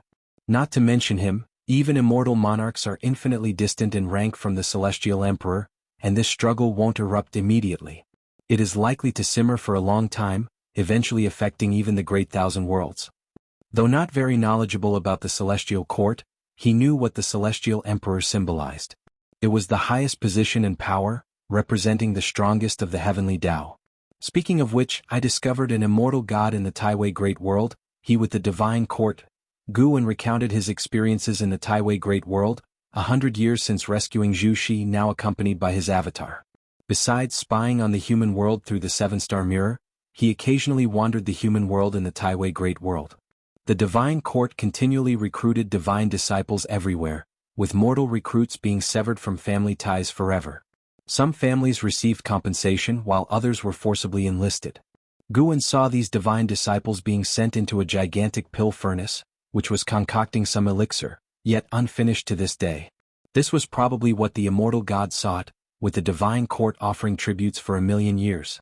In those 1,000,000 years, countless mortal spirits had been sacrificed to the pill furnace, yet no elixir had emerged, piquing his curiosity about the pill's origins.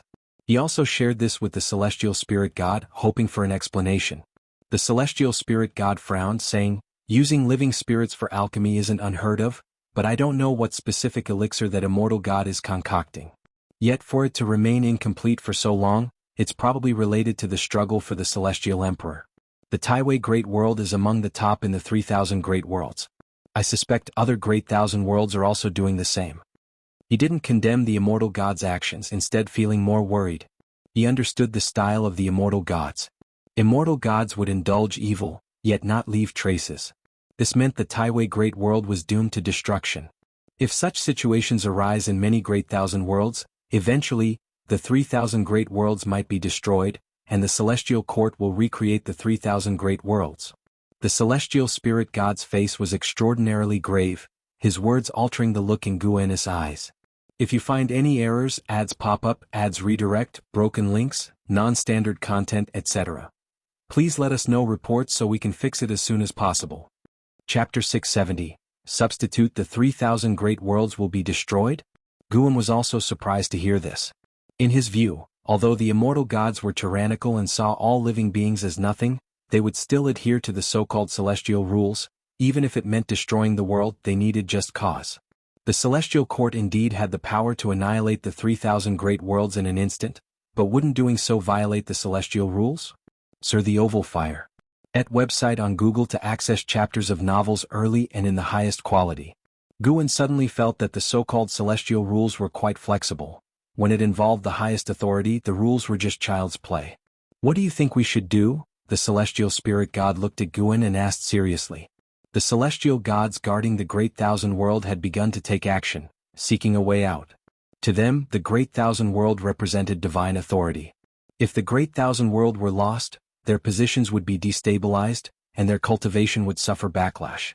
The celestial gods see all living beings as ants, just as the supreme beings of the celestial court see the celestial gods as ants. Guan stopped walking, glanced at a few spirit beasts squatting in front of a street stall, and replied, "Let things take their natural course. Before anything happens, the only thing you can do is cultivate diligently." The celestial spirit god had no choice but to give up after hearing this. Thinking about Guan's unfathomable cultivation level, he felt that when the catastrophe of the fight for the celestial emperor broke out in the celestial spirit great world, his predicament might not be as difficult as it seemed now. He then continued to recount his experiences from a recent journey, and Guan listened attentively. Their conversation was only audible to them, and even while walking down a busy street, they didn't attract any attention. After spending half a day exploring the Chengkuan sect, the celestial spirit god returned through the world gate. Guan continued to wander around the city. With the joining of 20 geniuses from the undefeated emperor clan, the Chengkuan sect was thriving, reaching an unprecedented period of prosperity. The top genius Yuan Luo continuously enhanced its reputation outside, attracting more people to come and seek guidance. At dusk, Guan carried a wine gourd in his hand. He stopped, drinking while watching the commotion. The disciples on the street were observing a conflict between two young male disciples. One of them, once a genius, had been crippled during training outside and was now enduring humiliation from the other disciple. The other disciple was a descendant of an elder within the sect, which meant no one dared to step forward to intervene. Guan had no intention of getting involved. Watching the scene unfold, he reflected deeply. For the disciples of the Chengkuan sect, the sect represented the whole martial world. For the people of the world, the heavens were vast and boundless, unaware that the Great Thousand World was as insignificant as dust to certain beings. Guan pondered the path he wanted to take and what rules he should follow. He believed he could find his true self amidst the turmoil, for he had risen from the depths. Time ebbed away and 400 years passed. In a valley, Zhu Shi, dressed in black, stood on the surface of the lake, holding a long sword with its blade horizontal in front of her as she closed her eyes. Guan lay on the grass by the lake, holding the seven-star mirror, peering into the scenes of the human world within the Taiwei Great World. The divine court crown prince was but a microcosm. There were many people in the world who wanted to resist the divine court and that immortal god. The divine court crown prince was also persuaded, and these people had already formed a faction. Although lacking the power of the divine court, they could only remain hidden. Whenever someone was taken to become a divine disciple, these individuals would appear, seeking to win over the offspring or siblings of the divine disciples using hatred. But, Guan saw the leader of this faction secretly kneeling before the ruler of the divine court. It was all a ploy. The divine court's control over the Taiwei Great World was too deep, and for this great thousand world to overthrow their rule was extremely difficult. However, as Guan taught Zhu Shi to cultivate, he saw a variable. Zhu Shi would stand in opposition to the divine court. Once she could deal with that immortal god, she could replace the divine court. Boom! A vast sword intent blew from the lake surface, causing a gust of wind that stirred the flowers and grass, creating a green wave around Guan. Guan slowly sat up and tucked the seven-star mirror into his arms, turning his gaze to Zhu Shi on the lake. Zhu Shi still held her sword intent materialized into thousands of silver stars floating above the lake, creating a beautiful and fantastical scene. Her dress billowed and her long hair flowed, exuding an otherworldly aura. Finally entered the Tao, did you? This speed truly deserves the saint heavenly aptitude. Guan thought to himself silently. Zhu Zai's previous life was as Shengtian, unrivaled and symbolic of the strongest talent in one great thousand world. The sword intent Zhu Shi comprehended was precisely the Sacred Heart Sword Tao. The Sacred Heart Sword Tao was created by his reincarnation body, Yang Xian, depending on the river of Sword Tao, needing no lifespan to transform and improve. The Sacred Heart Sword Tao continued to grow stronger. Aside from mastering the Sacred Heart Sword Tao, Guan had used his Tao intent over the years to assist Zhu Shi in her cultivation, allowing her to gain many insights and creative ideas. She might be able to develop a different Sacred Heart Sword Tao. Zhu Shi opened her eyes, her gaze sharp as if two sword beams shot out from them. She slowly raised her head. She could already feel the Sacred Heart Sword Tao guiding her from an unfathomable distance. The feeling was subtle, allowing her to even harness the power of the Sacred Heart Sword Tao. Turning to look at Guan in the distance, she flickered and appeared before him out of thin air, bowing and saying, "Senior, I have barely entered the Tao." Guan stood and looked at her, smiling. "Since that's the case, we should part ways. Do you want to stay in the Taiwei Great World or go elsewhere? I can help you one more time." Zhu Shi was surprised, not expecting Guan to leave today, but she was too embarrassed to ask him to stay, so she replied, "I wish to stay." "Then be sure of your decision, for I won't be there to help you later. This great thousand world is brewing a terrible disaster. Even if you cultivate for millions of years, changing fate will be difficult." Guan said seriously. Zhu Shi took a deep breath and said, "I've long made up my mind. This great thousand world has a richer spiritual energy and great Tao compared to others I've visited, and there are internal issues within the ruling power. There's room for me to grow here and I want to stay. Perhaps I can achieve something great." Guan smiled and said no more, turning to leave. Zhu Shi watched his back and suddenly knelt, gritting her teeth, saying, "Thank you, Master, for your love. I've never been filial to you, but one day, I'll stand proudly before you and make you proud of me." Guan didn't pause or look back, his figure vanishing. Zhu Shi couldn't sense any trace of Guan, feeling hollow inside.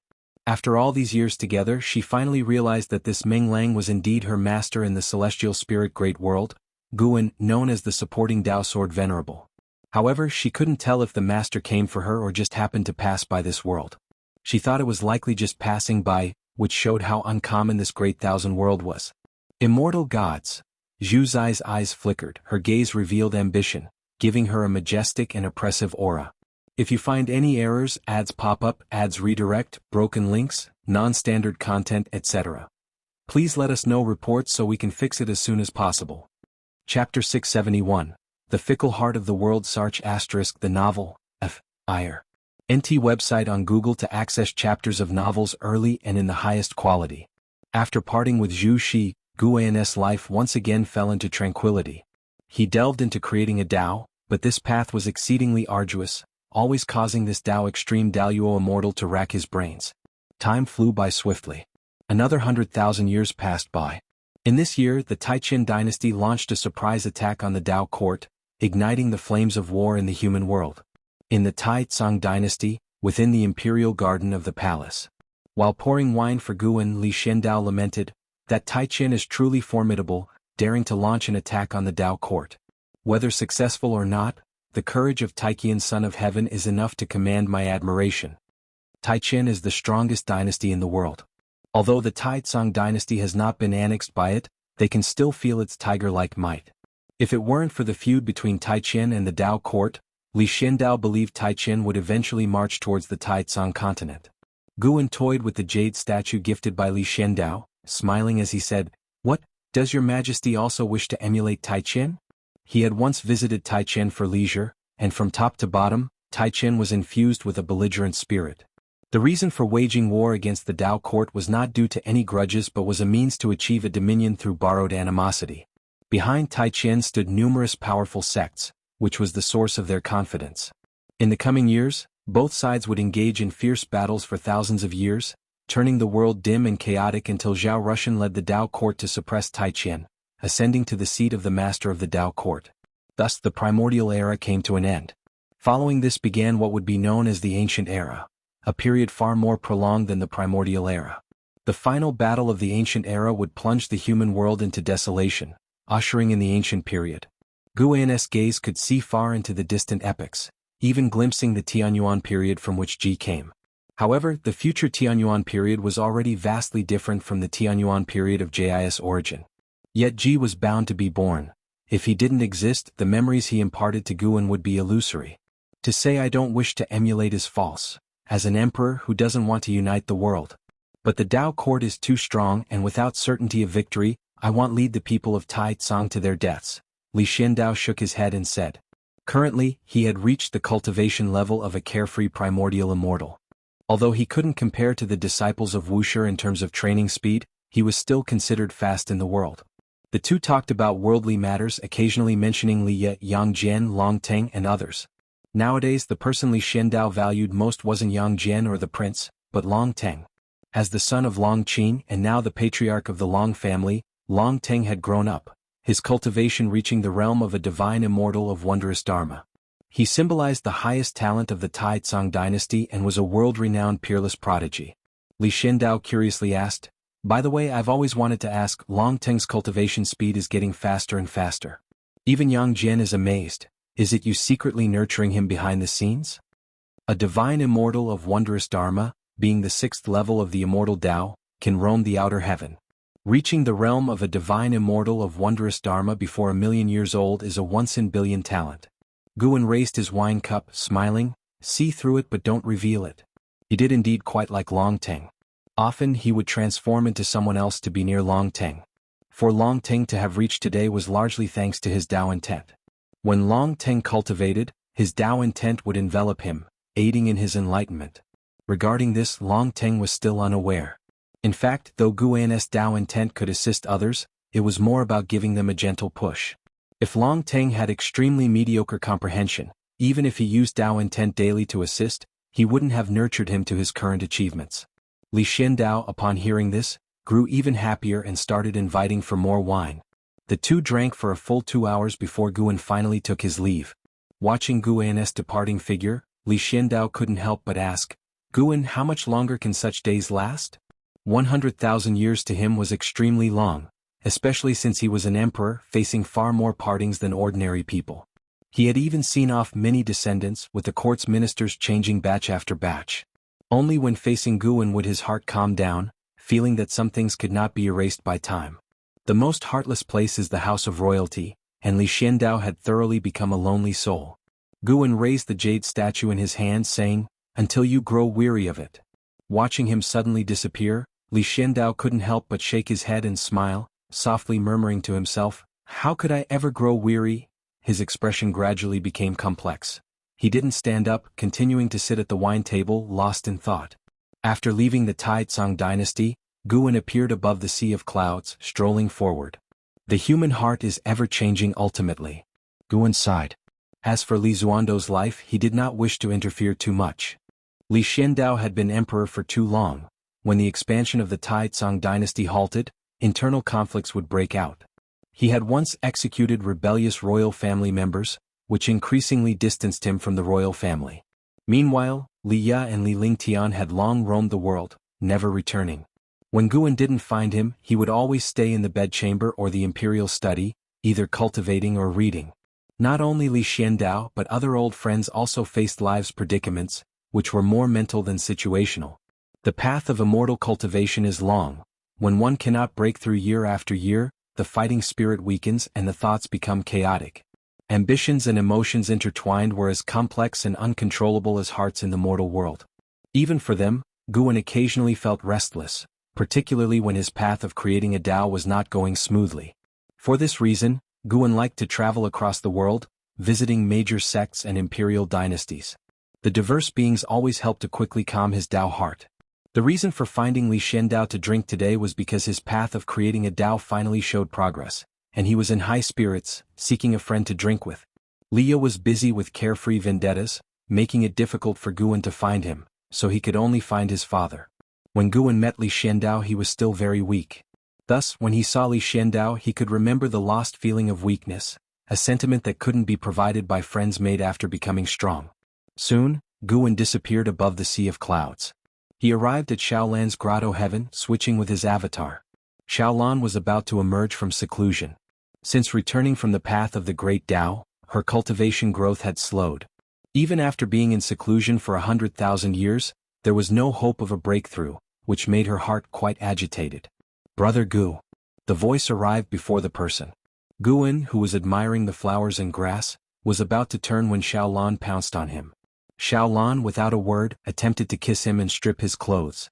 Although only the two of them were in the grotto heaven, such roughness was unprecedented for Guan.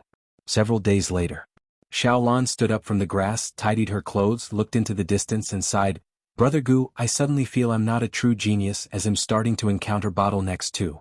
Guan stood up with her, gazing at her profile and asked, "How about we spar a bit?" Xiaolan turned to look at him and slightly shook her head.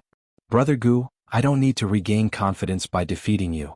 Even if I beat you many times, my Tao practice would not grow because of it," Xiaolan said, a nostalgic look crossing her face. If battling powerful enemies on the path of the Great Tao, when the fight ended, the Tao spiritual qi would surge in her, allowing her to rapidly increase her cultivation level in a short time. That feeling was truly wonderful and she still yearned for it. "Who said I want to lose to you?" Gu An's voice interrupted Xiaolan's thoughts, causing her to meet his gaze.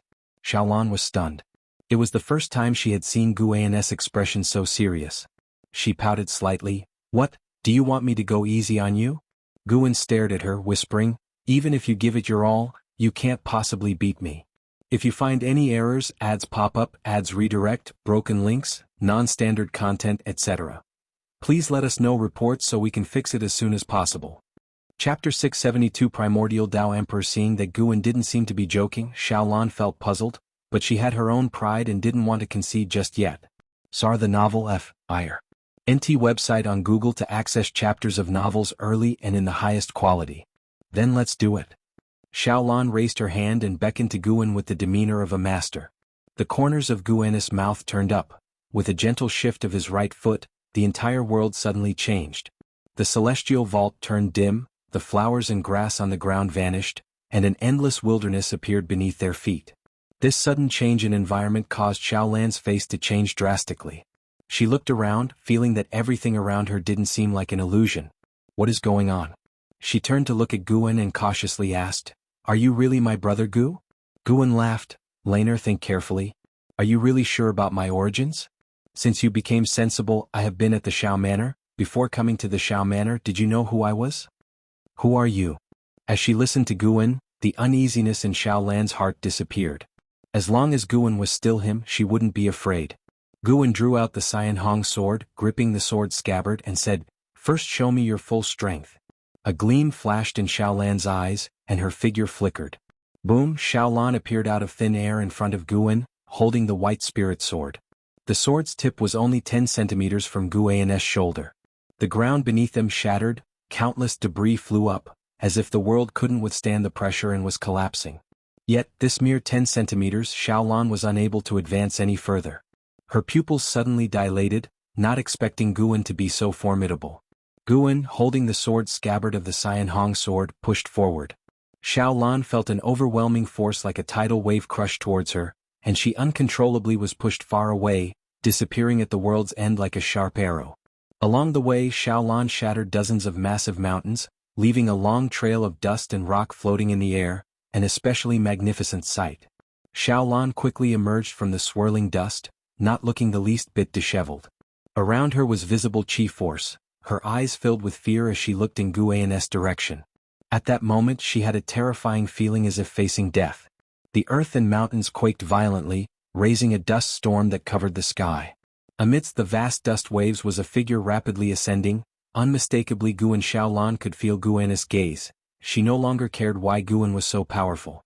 She immediately raised her sword, and soared intense sword to the sky, sword shadows appearing around her, rapidly increasing and expanding their range. In the blink of an eye, the sword shadows covered thousands of miles around.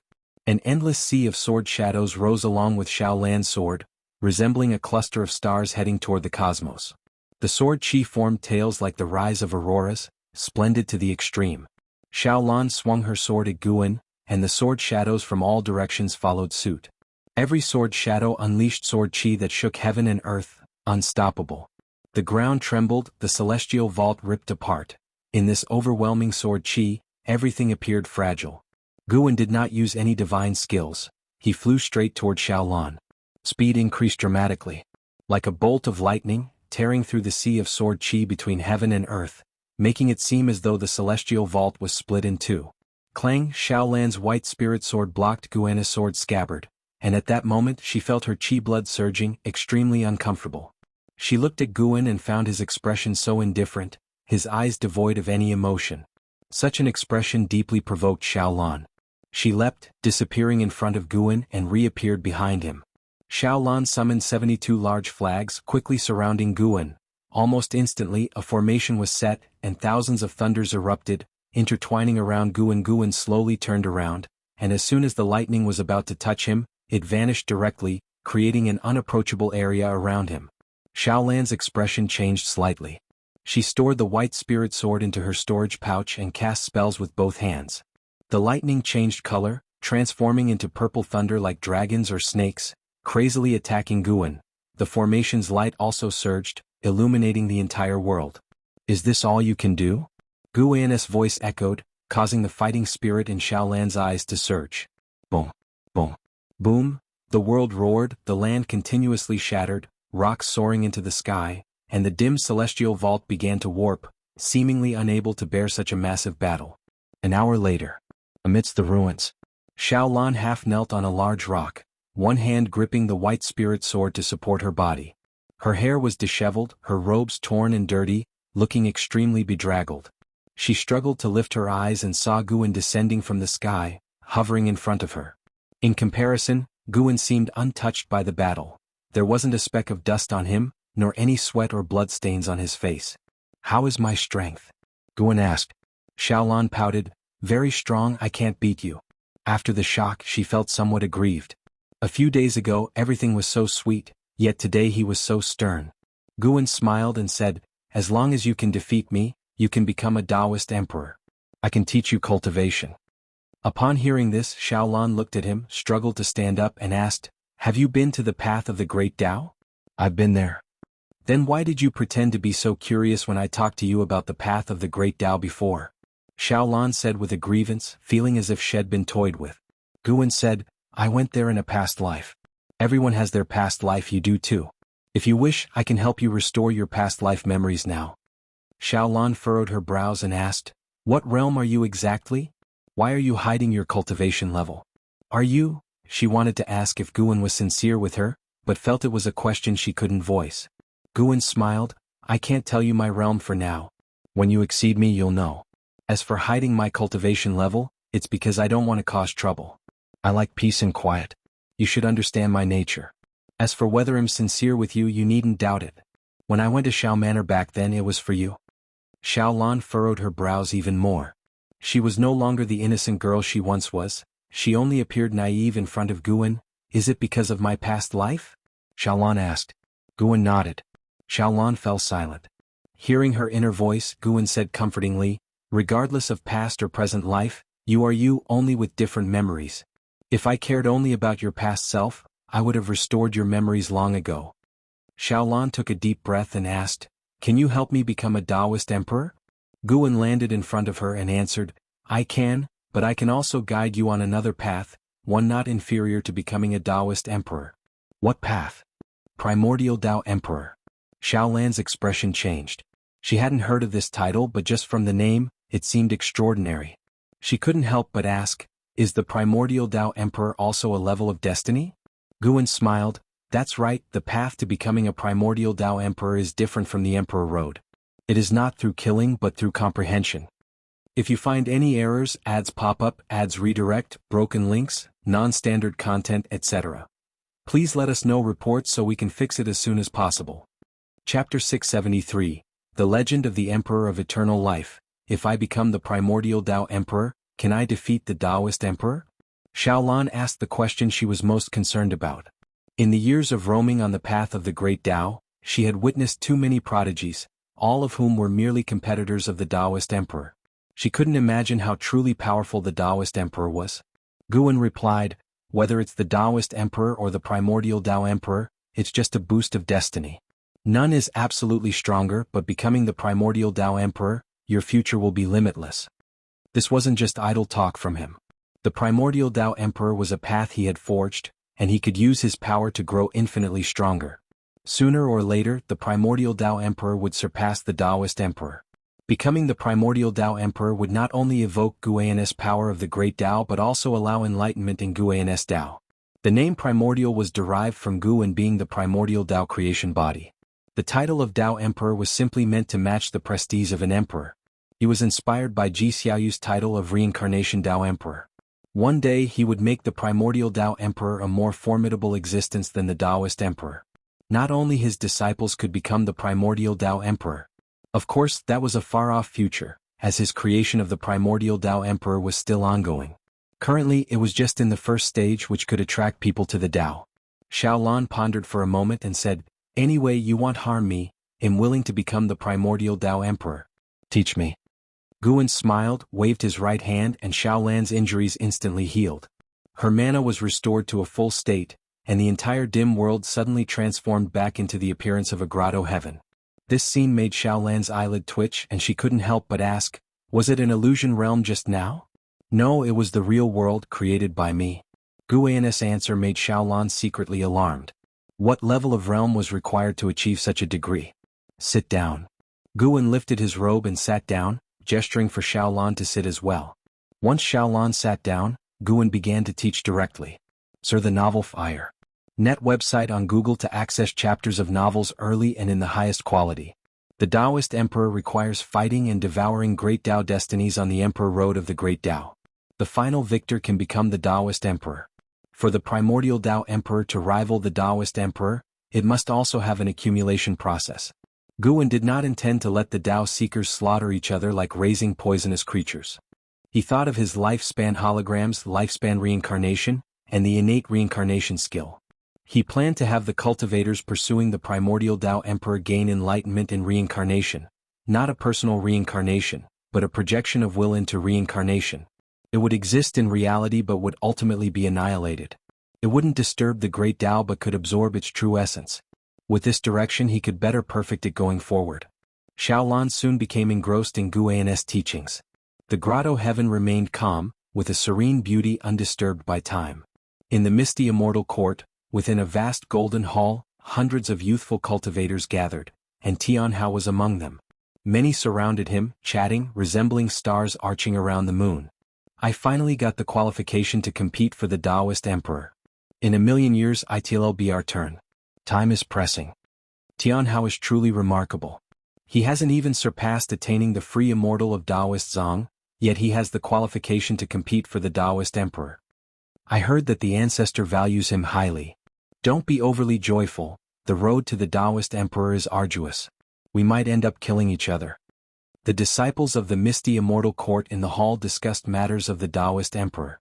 Tianhao remained silent, recalling the words of the elder who announced the Taoist Emperor matter. He always felt that the elder was watching him with ill intent. Although he had integrated into the misty immortal court, he wasn't born there, so he always had a barrier in his heart, preventing him from fully trusting anyone. Speaking of the Taoist Emperor, our misty immortal court has produced many Taoist emperors throughout history. Do you know which Taoist emperor had the highest talent? The words of a young man in blue clothes caught the attention of many, prompting Tianhao to turn his head. The blue-clothed man reveled in the attention. He cleared his throat and said, naturally, it's the Emperor of Eternal Life from Jinlan Immortal Mansion. Born with the immortal emperor's eye, he shocked the entire immortal court. Perhaps unmatched talent brings misfortune. Heaven is fair, So evil exists to covet his immortal emperor's eye. Breaking into the misty immortal court, it cost his parents' lives. To protect him, the misty immortal court sent him to Ling Mountain. The Emperor of Eternal Life inherited the true teachings of Ling Mountain and was the heavenly Buddha ancestor's direct disciple. He was unbeatable once he embarked on the path of the great Tao, becoming the Taoist emperor in an incredibly short time. The Emperor of Eternal Life. The Immortal Emperor's Eye. Tian Hao had heard of this name, said to be a supreme genius from long ago. He had heard several seniors use the Emperor of Eternal Life to pressure talented disciples. However, when asking about more deeds of the Emperor of Eternal Life, they were warned not to inquire too much. The Emperor of Eternal Life seemed to be a taboo within the misty immortal court. Why did such a powerful Emperor of Eternal Life die? Someone asked, puzzled. The blue-clothed man mysteriously said, he didn't die from being killed. Even legendary immortal gods couldn't do anything to him. He entered the river of cause and effect for his beloved. Whether he truly perished remains unknown. In fact, many ancestors within the court anticipate his return.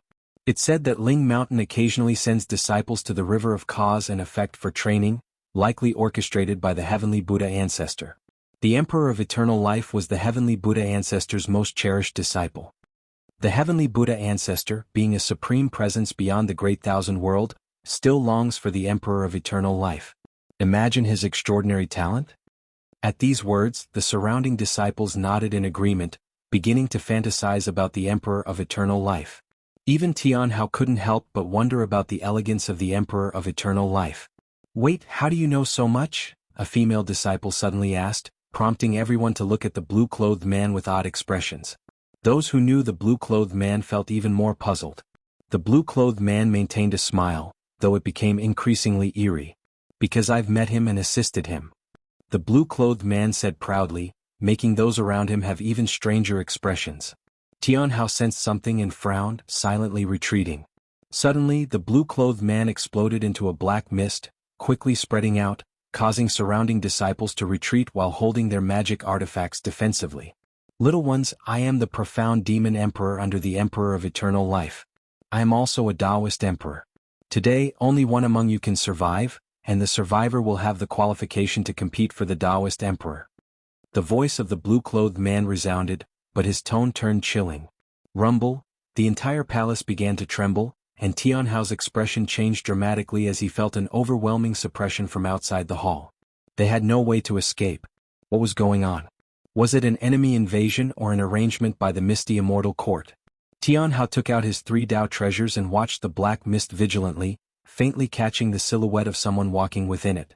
If you find any errors, ads pop up, ads redirect, broken links, non-standard content, etc.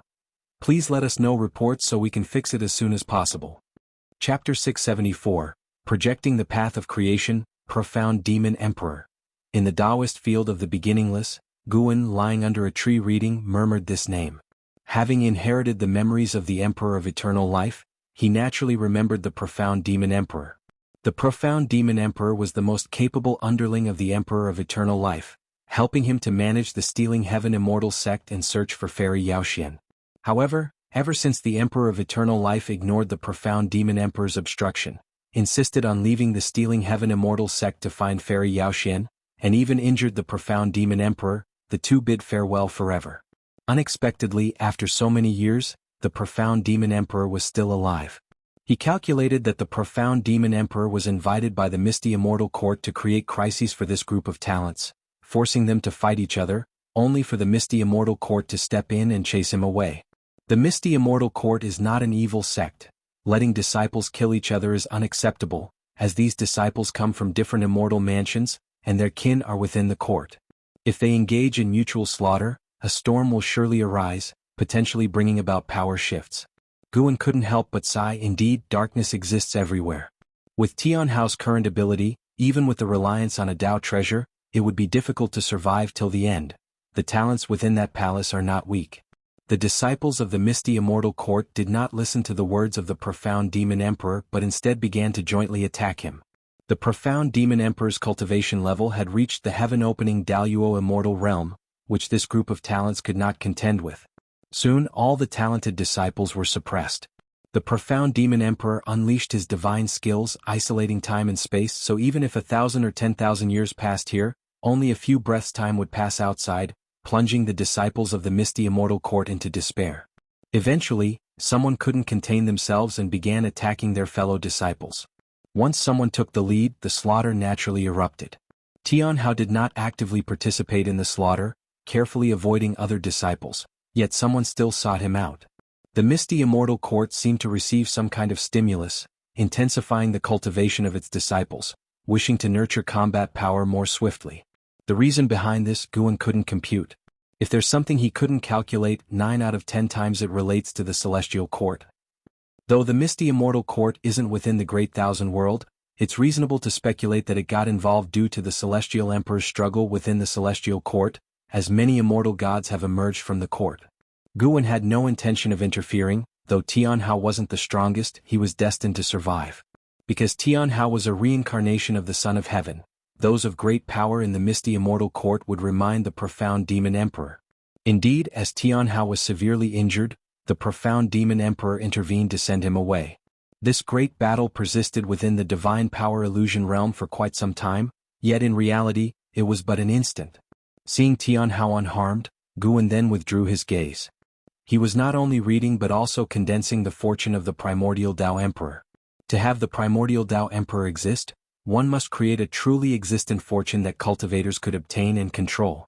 For this, he projected his lifespan 5 times to comprehend the path of Chi Fortune. Sir the Nell Fire. NT website on Google to access chapters of novels early and in the highest quality. Every projection of his lifespan would manifest his reincarnation body in the celestial spirit great world. Fortunately, these reincarnation bodies didn't leave a renowned legacy, but became a psychological shadow of defeat for some of the absolute geniuses of the era, unforgettable for all eternity. Each lifespan projection required millions of years, and after using it 5 times, Guan's path of Chi Fortune stepped into a brand new realm. Sure enough, things are easier with cheats. Guan thought to himself, after 5 lifespan projections, condensing the fortune of the primordial Tao Emperor was no longer difficult. This process not only advanced the cultivation of the primordial Tao Emperor, but also saw a growth in his own cultivation level. Guan continued to indulge in books and immerse himself in creating fortune. It wasn't until dusk fell that he stood up. He walked toward the peak where he lived, lifting his right hand. Streams of air circled his palm, supported by the wind, resembling water currents with a fiery sway. This was the fortune of the primordial Tao Emperor. Seemingly gentle but actually imbued with the fierce strength of the path of power. Guan pondered repeatedly and decided to embed the characteristic of fierceness into the primordial Tao Emperor. The primordial Tao Emperor, renowned for mighty power. Just thinking about it was exhilarating. With a foundation of greater strength, the primordial Tao Emperor, cultivating different great Taos, could achieve various creations and directions. By the time Guan reached his courtyard, the fortune of the primordial Tao Emperor in his hand was solid, twisting like a dragon or serpent. Shenzhen, sitting in meditation in front of the artifact refining cauldron, turned to look. Guan then dispersed the fortune in his hand. "What was that thing in your hand just now?" Shenzhen curiously asked. Guan smiled. "Just a little spell. You've been sitting here for 1,000 years, aren't you going out for a walk?" He deliberately leaked a trace of the primordial Tao Emperor's aura to Shenzhen, intending to lead her into the path in the future.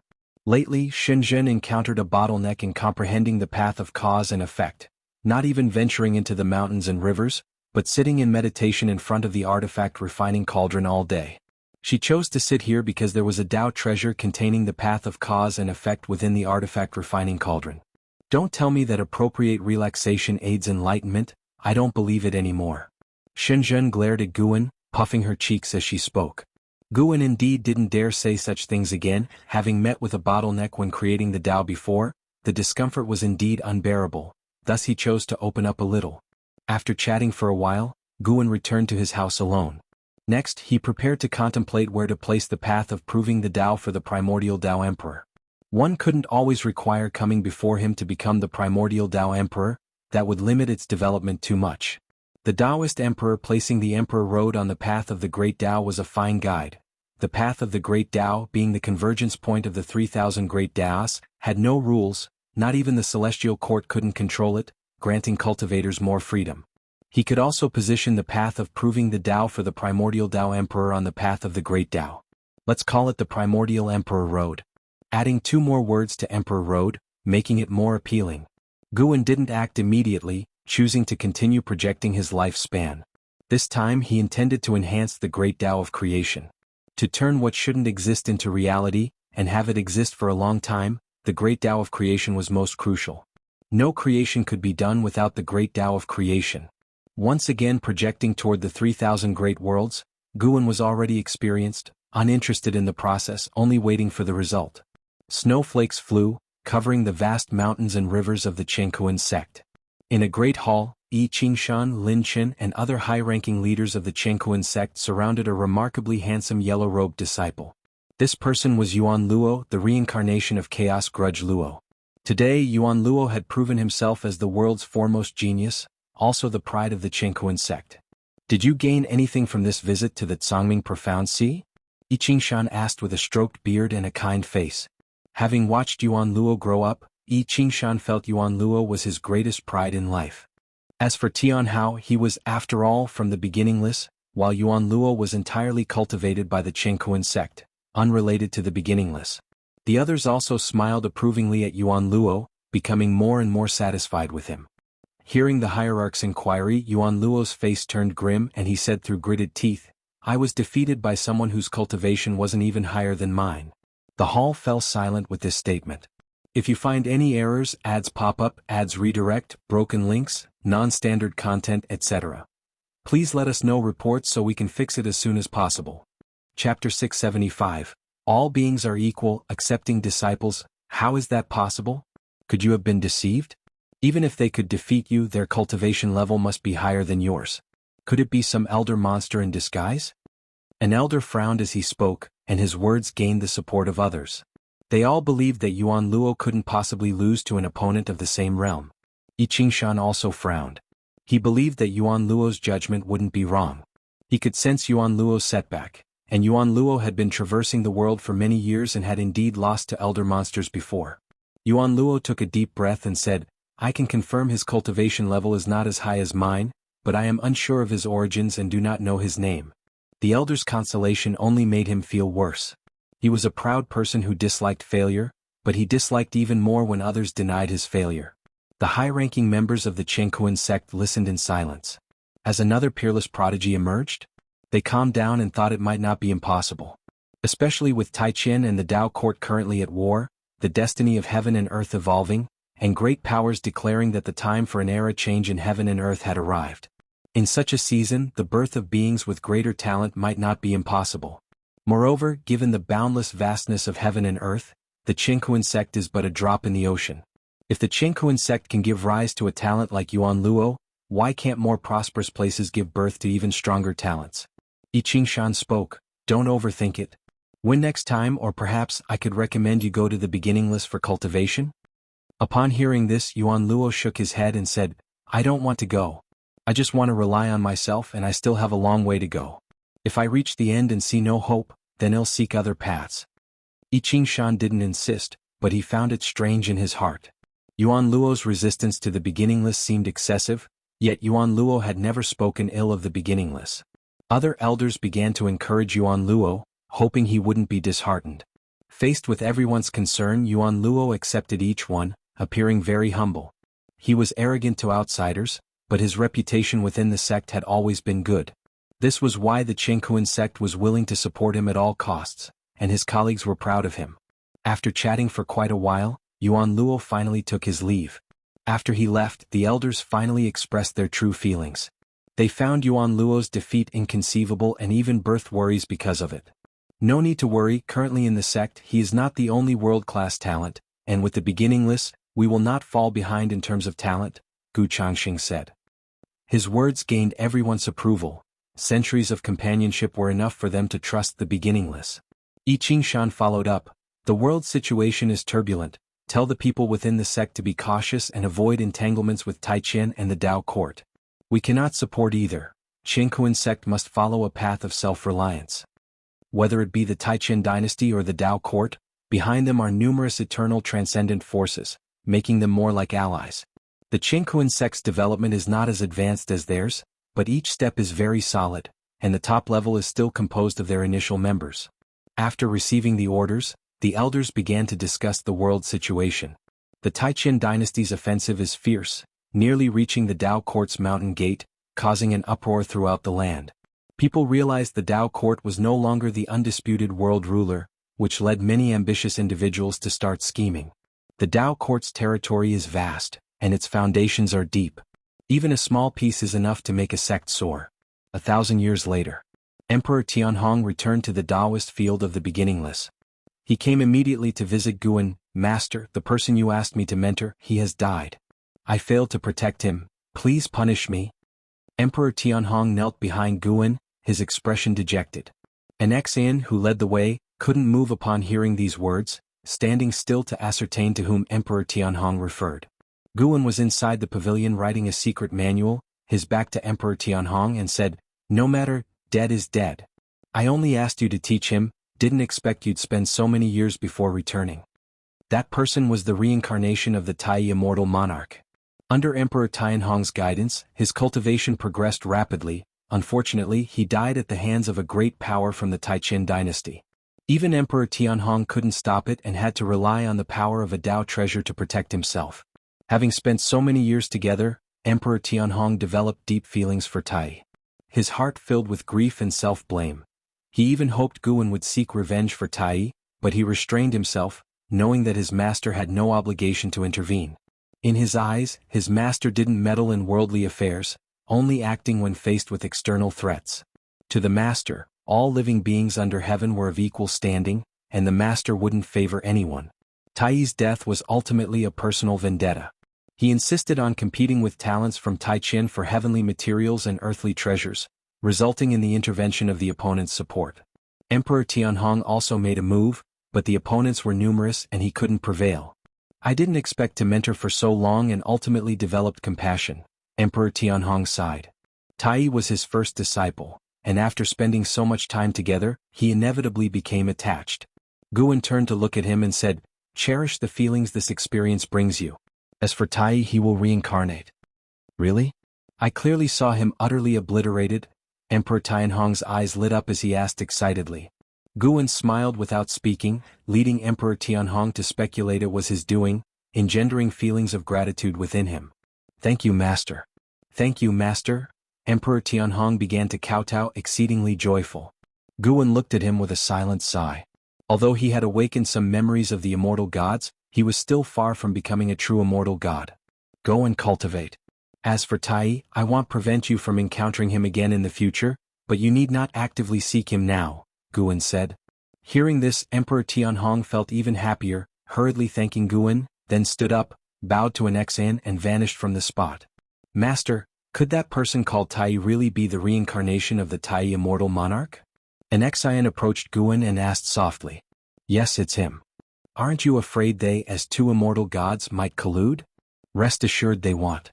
Guan answered casually, casting a satisfied glance at his writing. An ex-Yin inquired, "Master, do you think I could also take a disciple?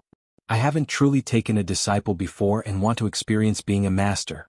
"Don't worry, I won't go out. He'll choose a disciple from within the Qingkuan sect." Guan shot her a glance and said, "You may take only one." An ex-Yin was overjoyed and giggled, "Thank you, master. Rest assured I won't carelessly choose. The disciple I take will certainly please you, and they won't bring shame to the beginningless." Guan raised his hand to ruffle her hair, smiling, "In truth, aptitude doesn't matter. If you meet a disciple you're fond of and they're willing to accept you as a master, don't worry too much.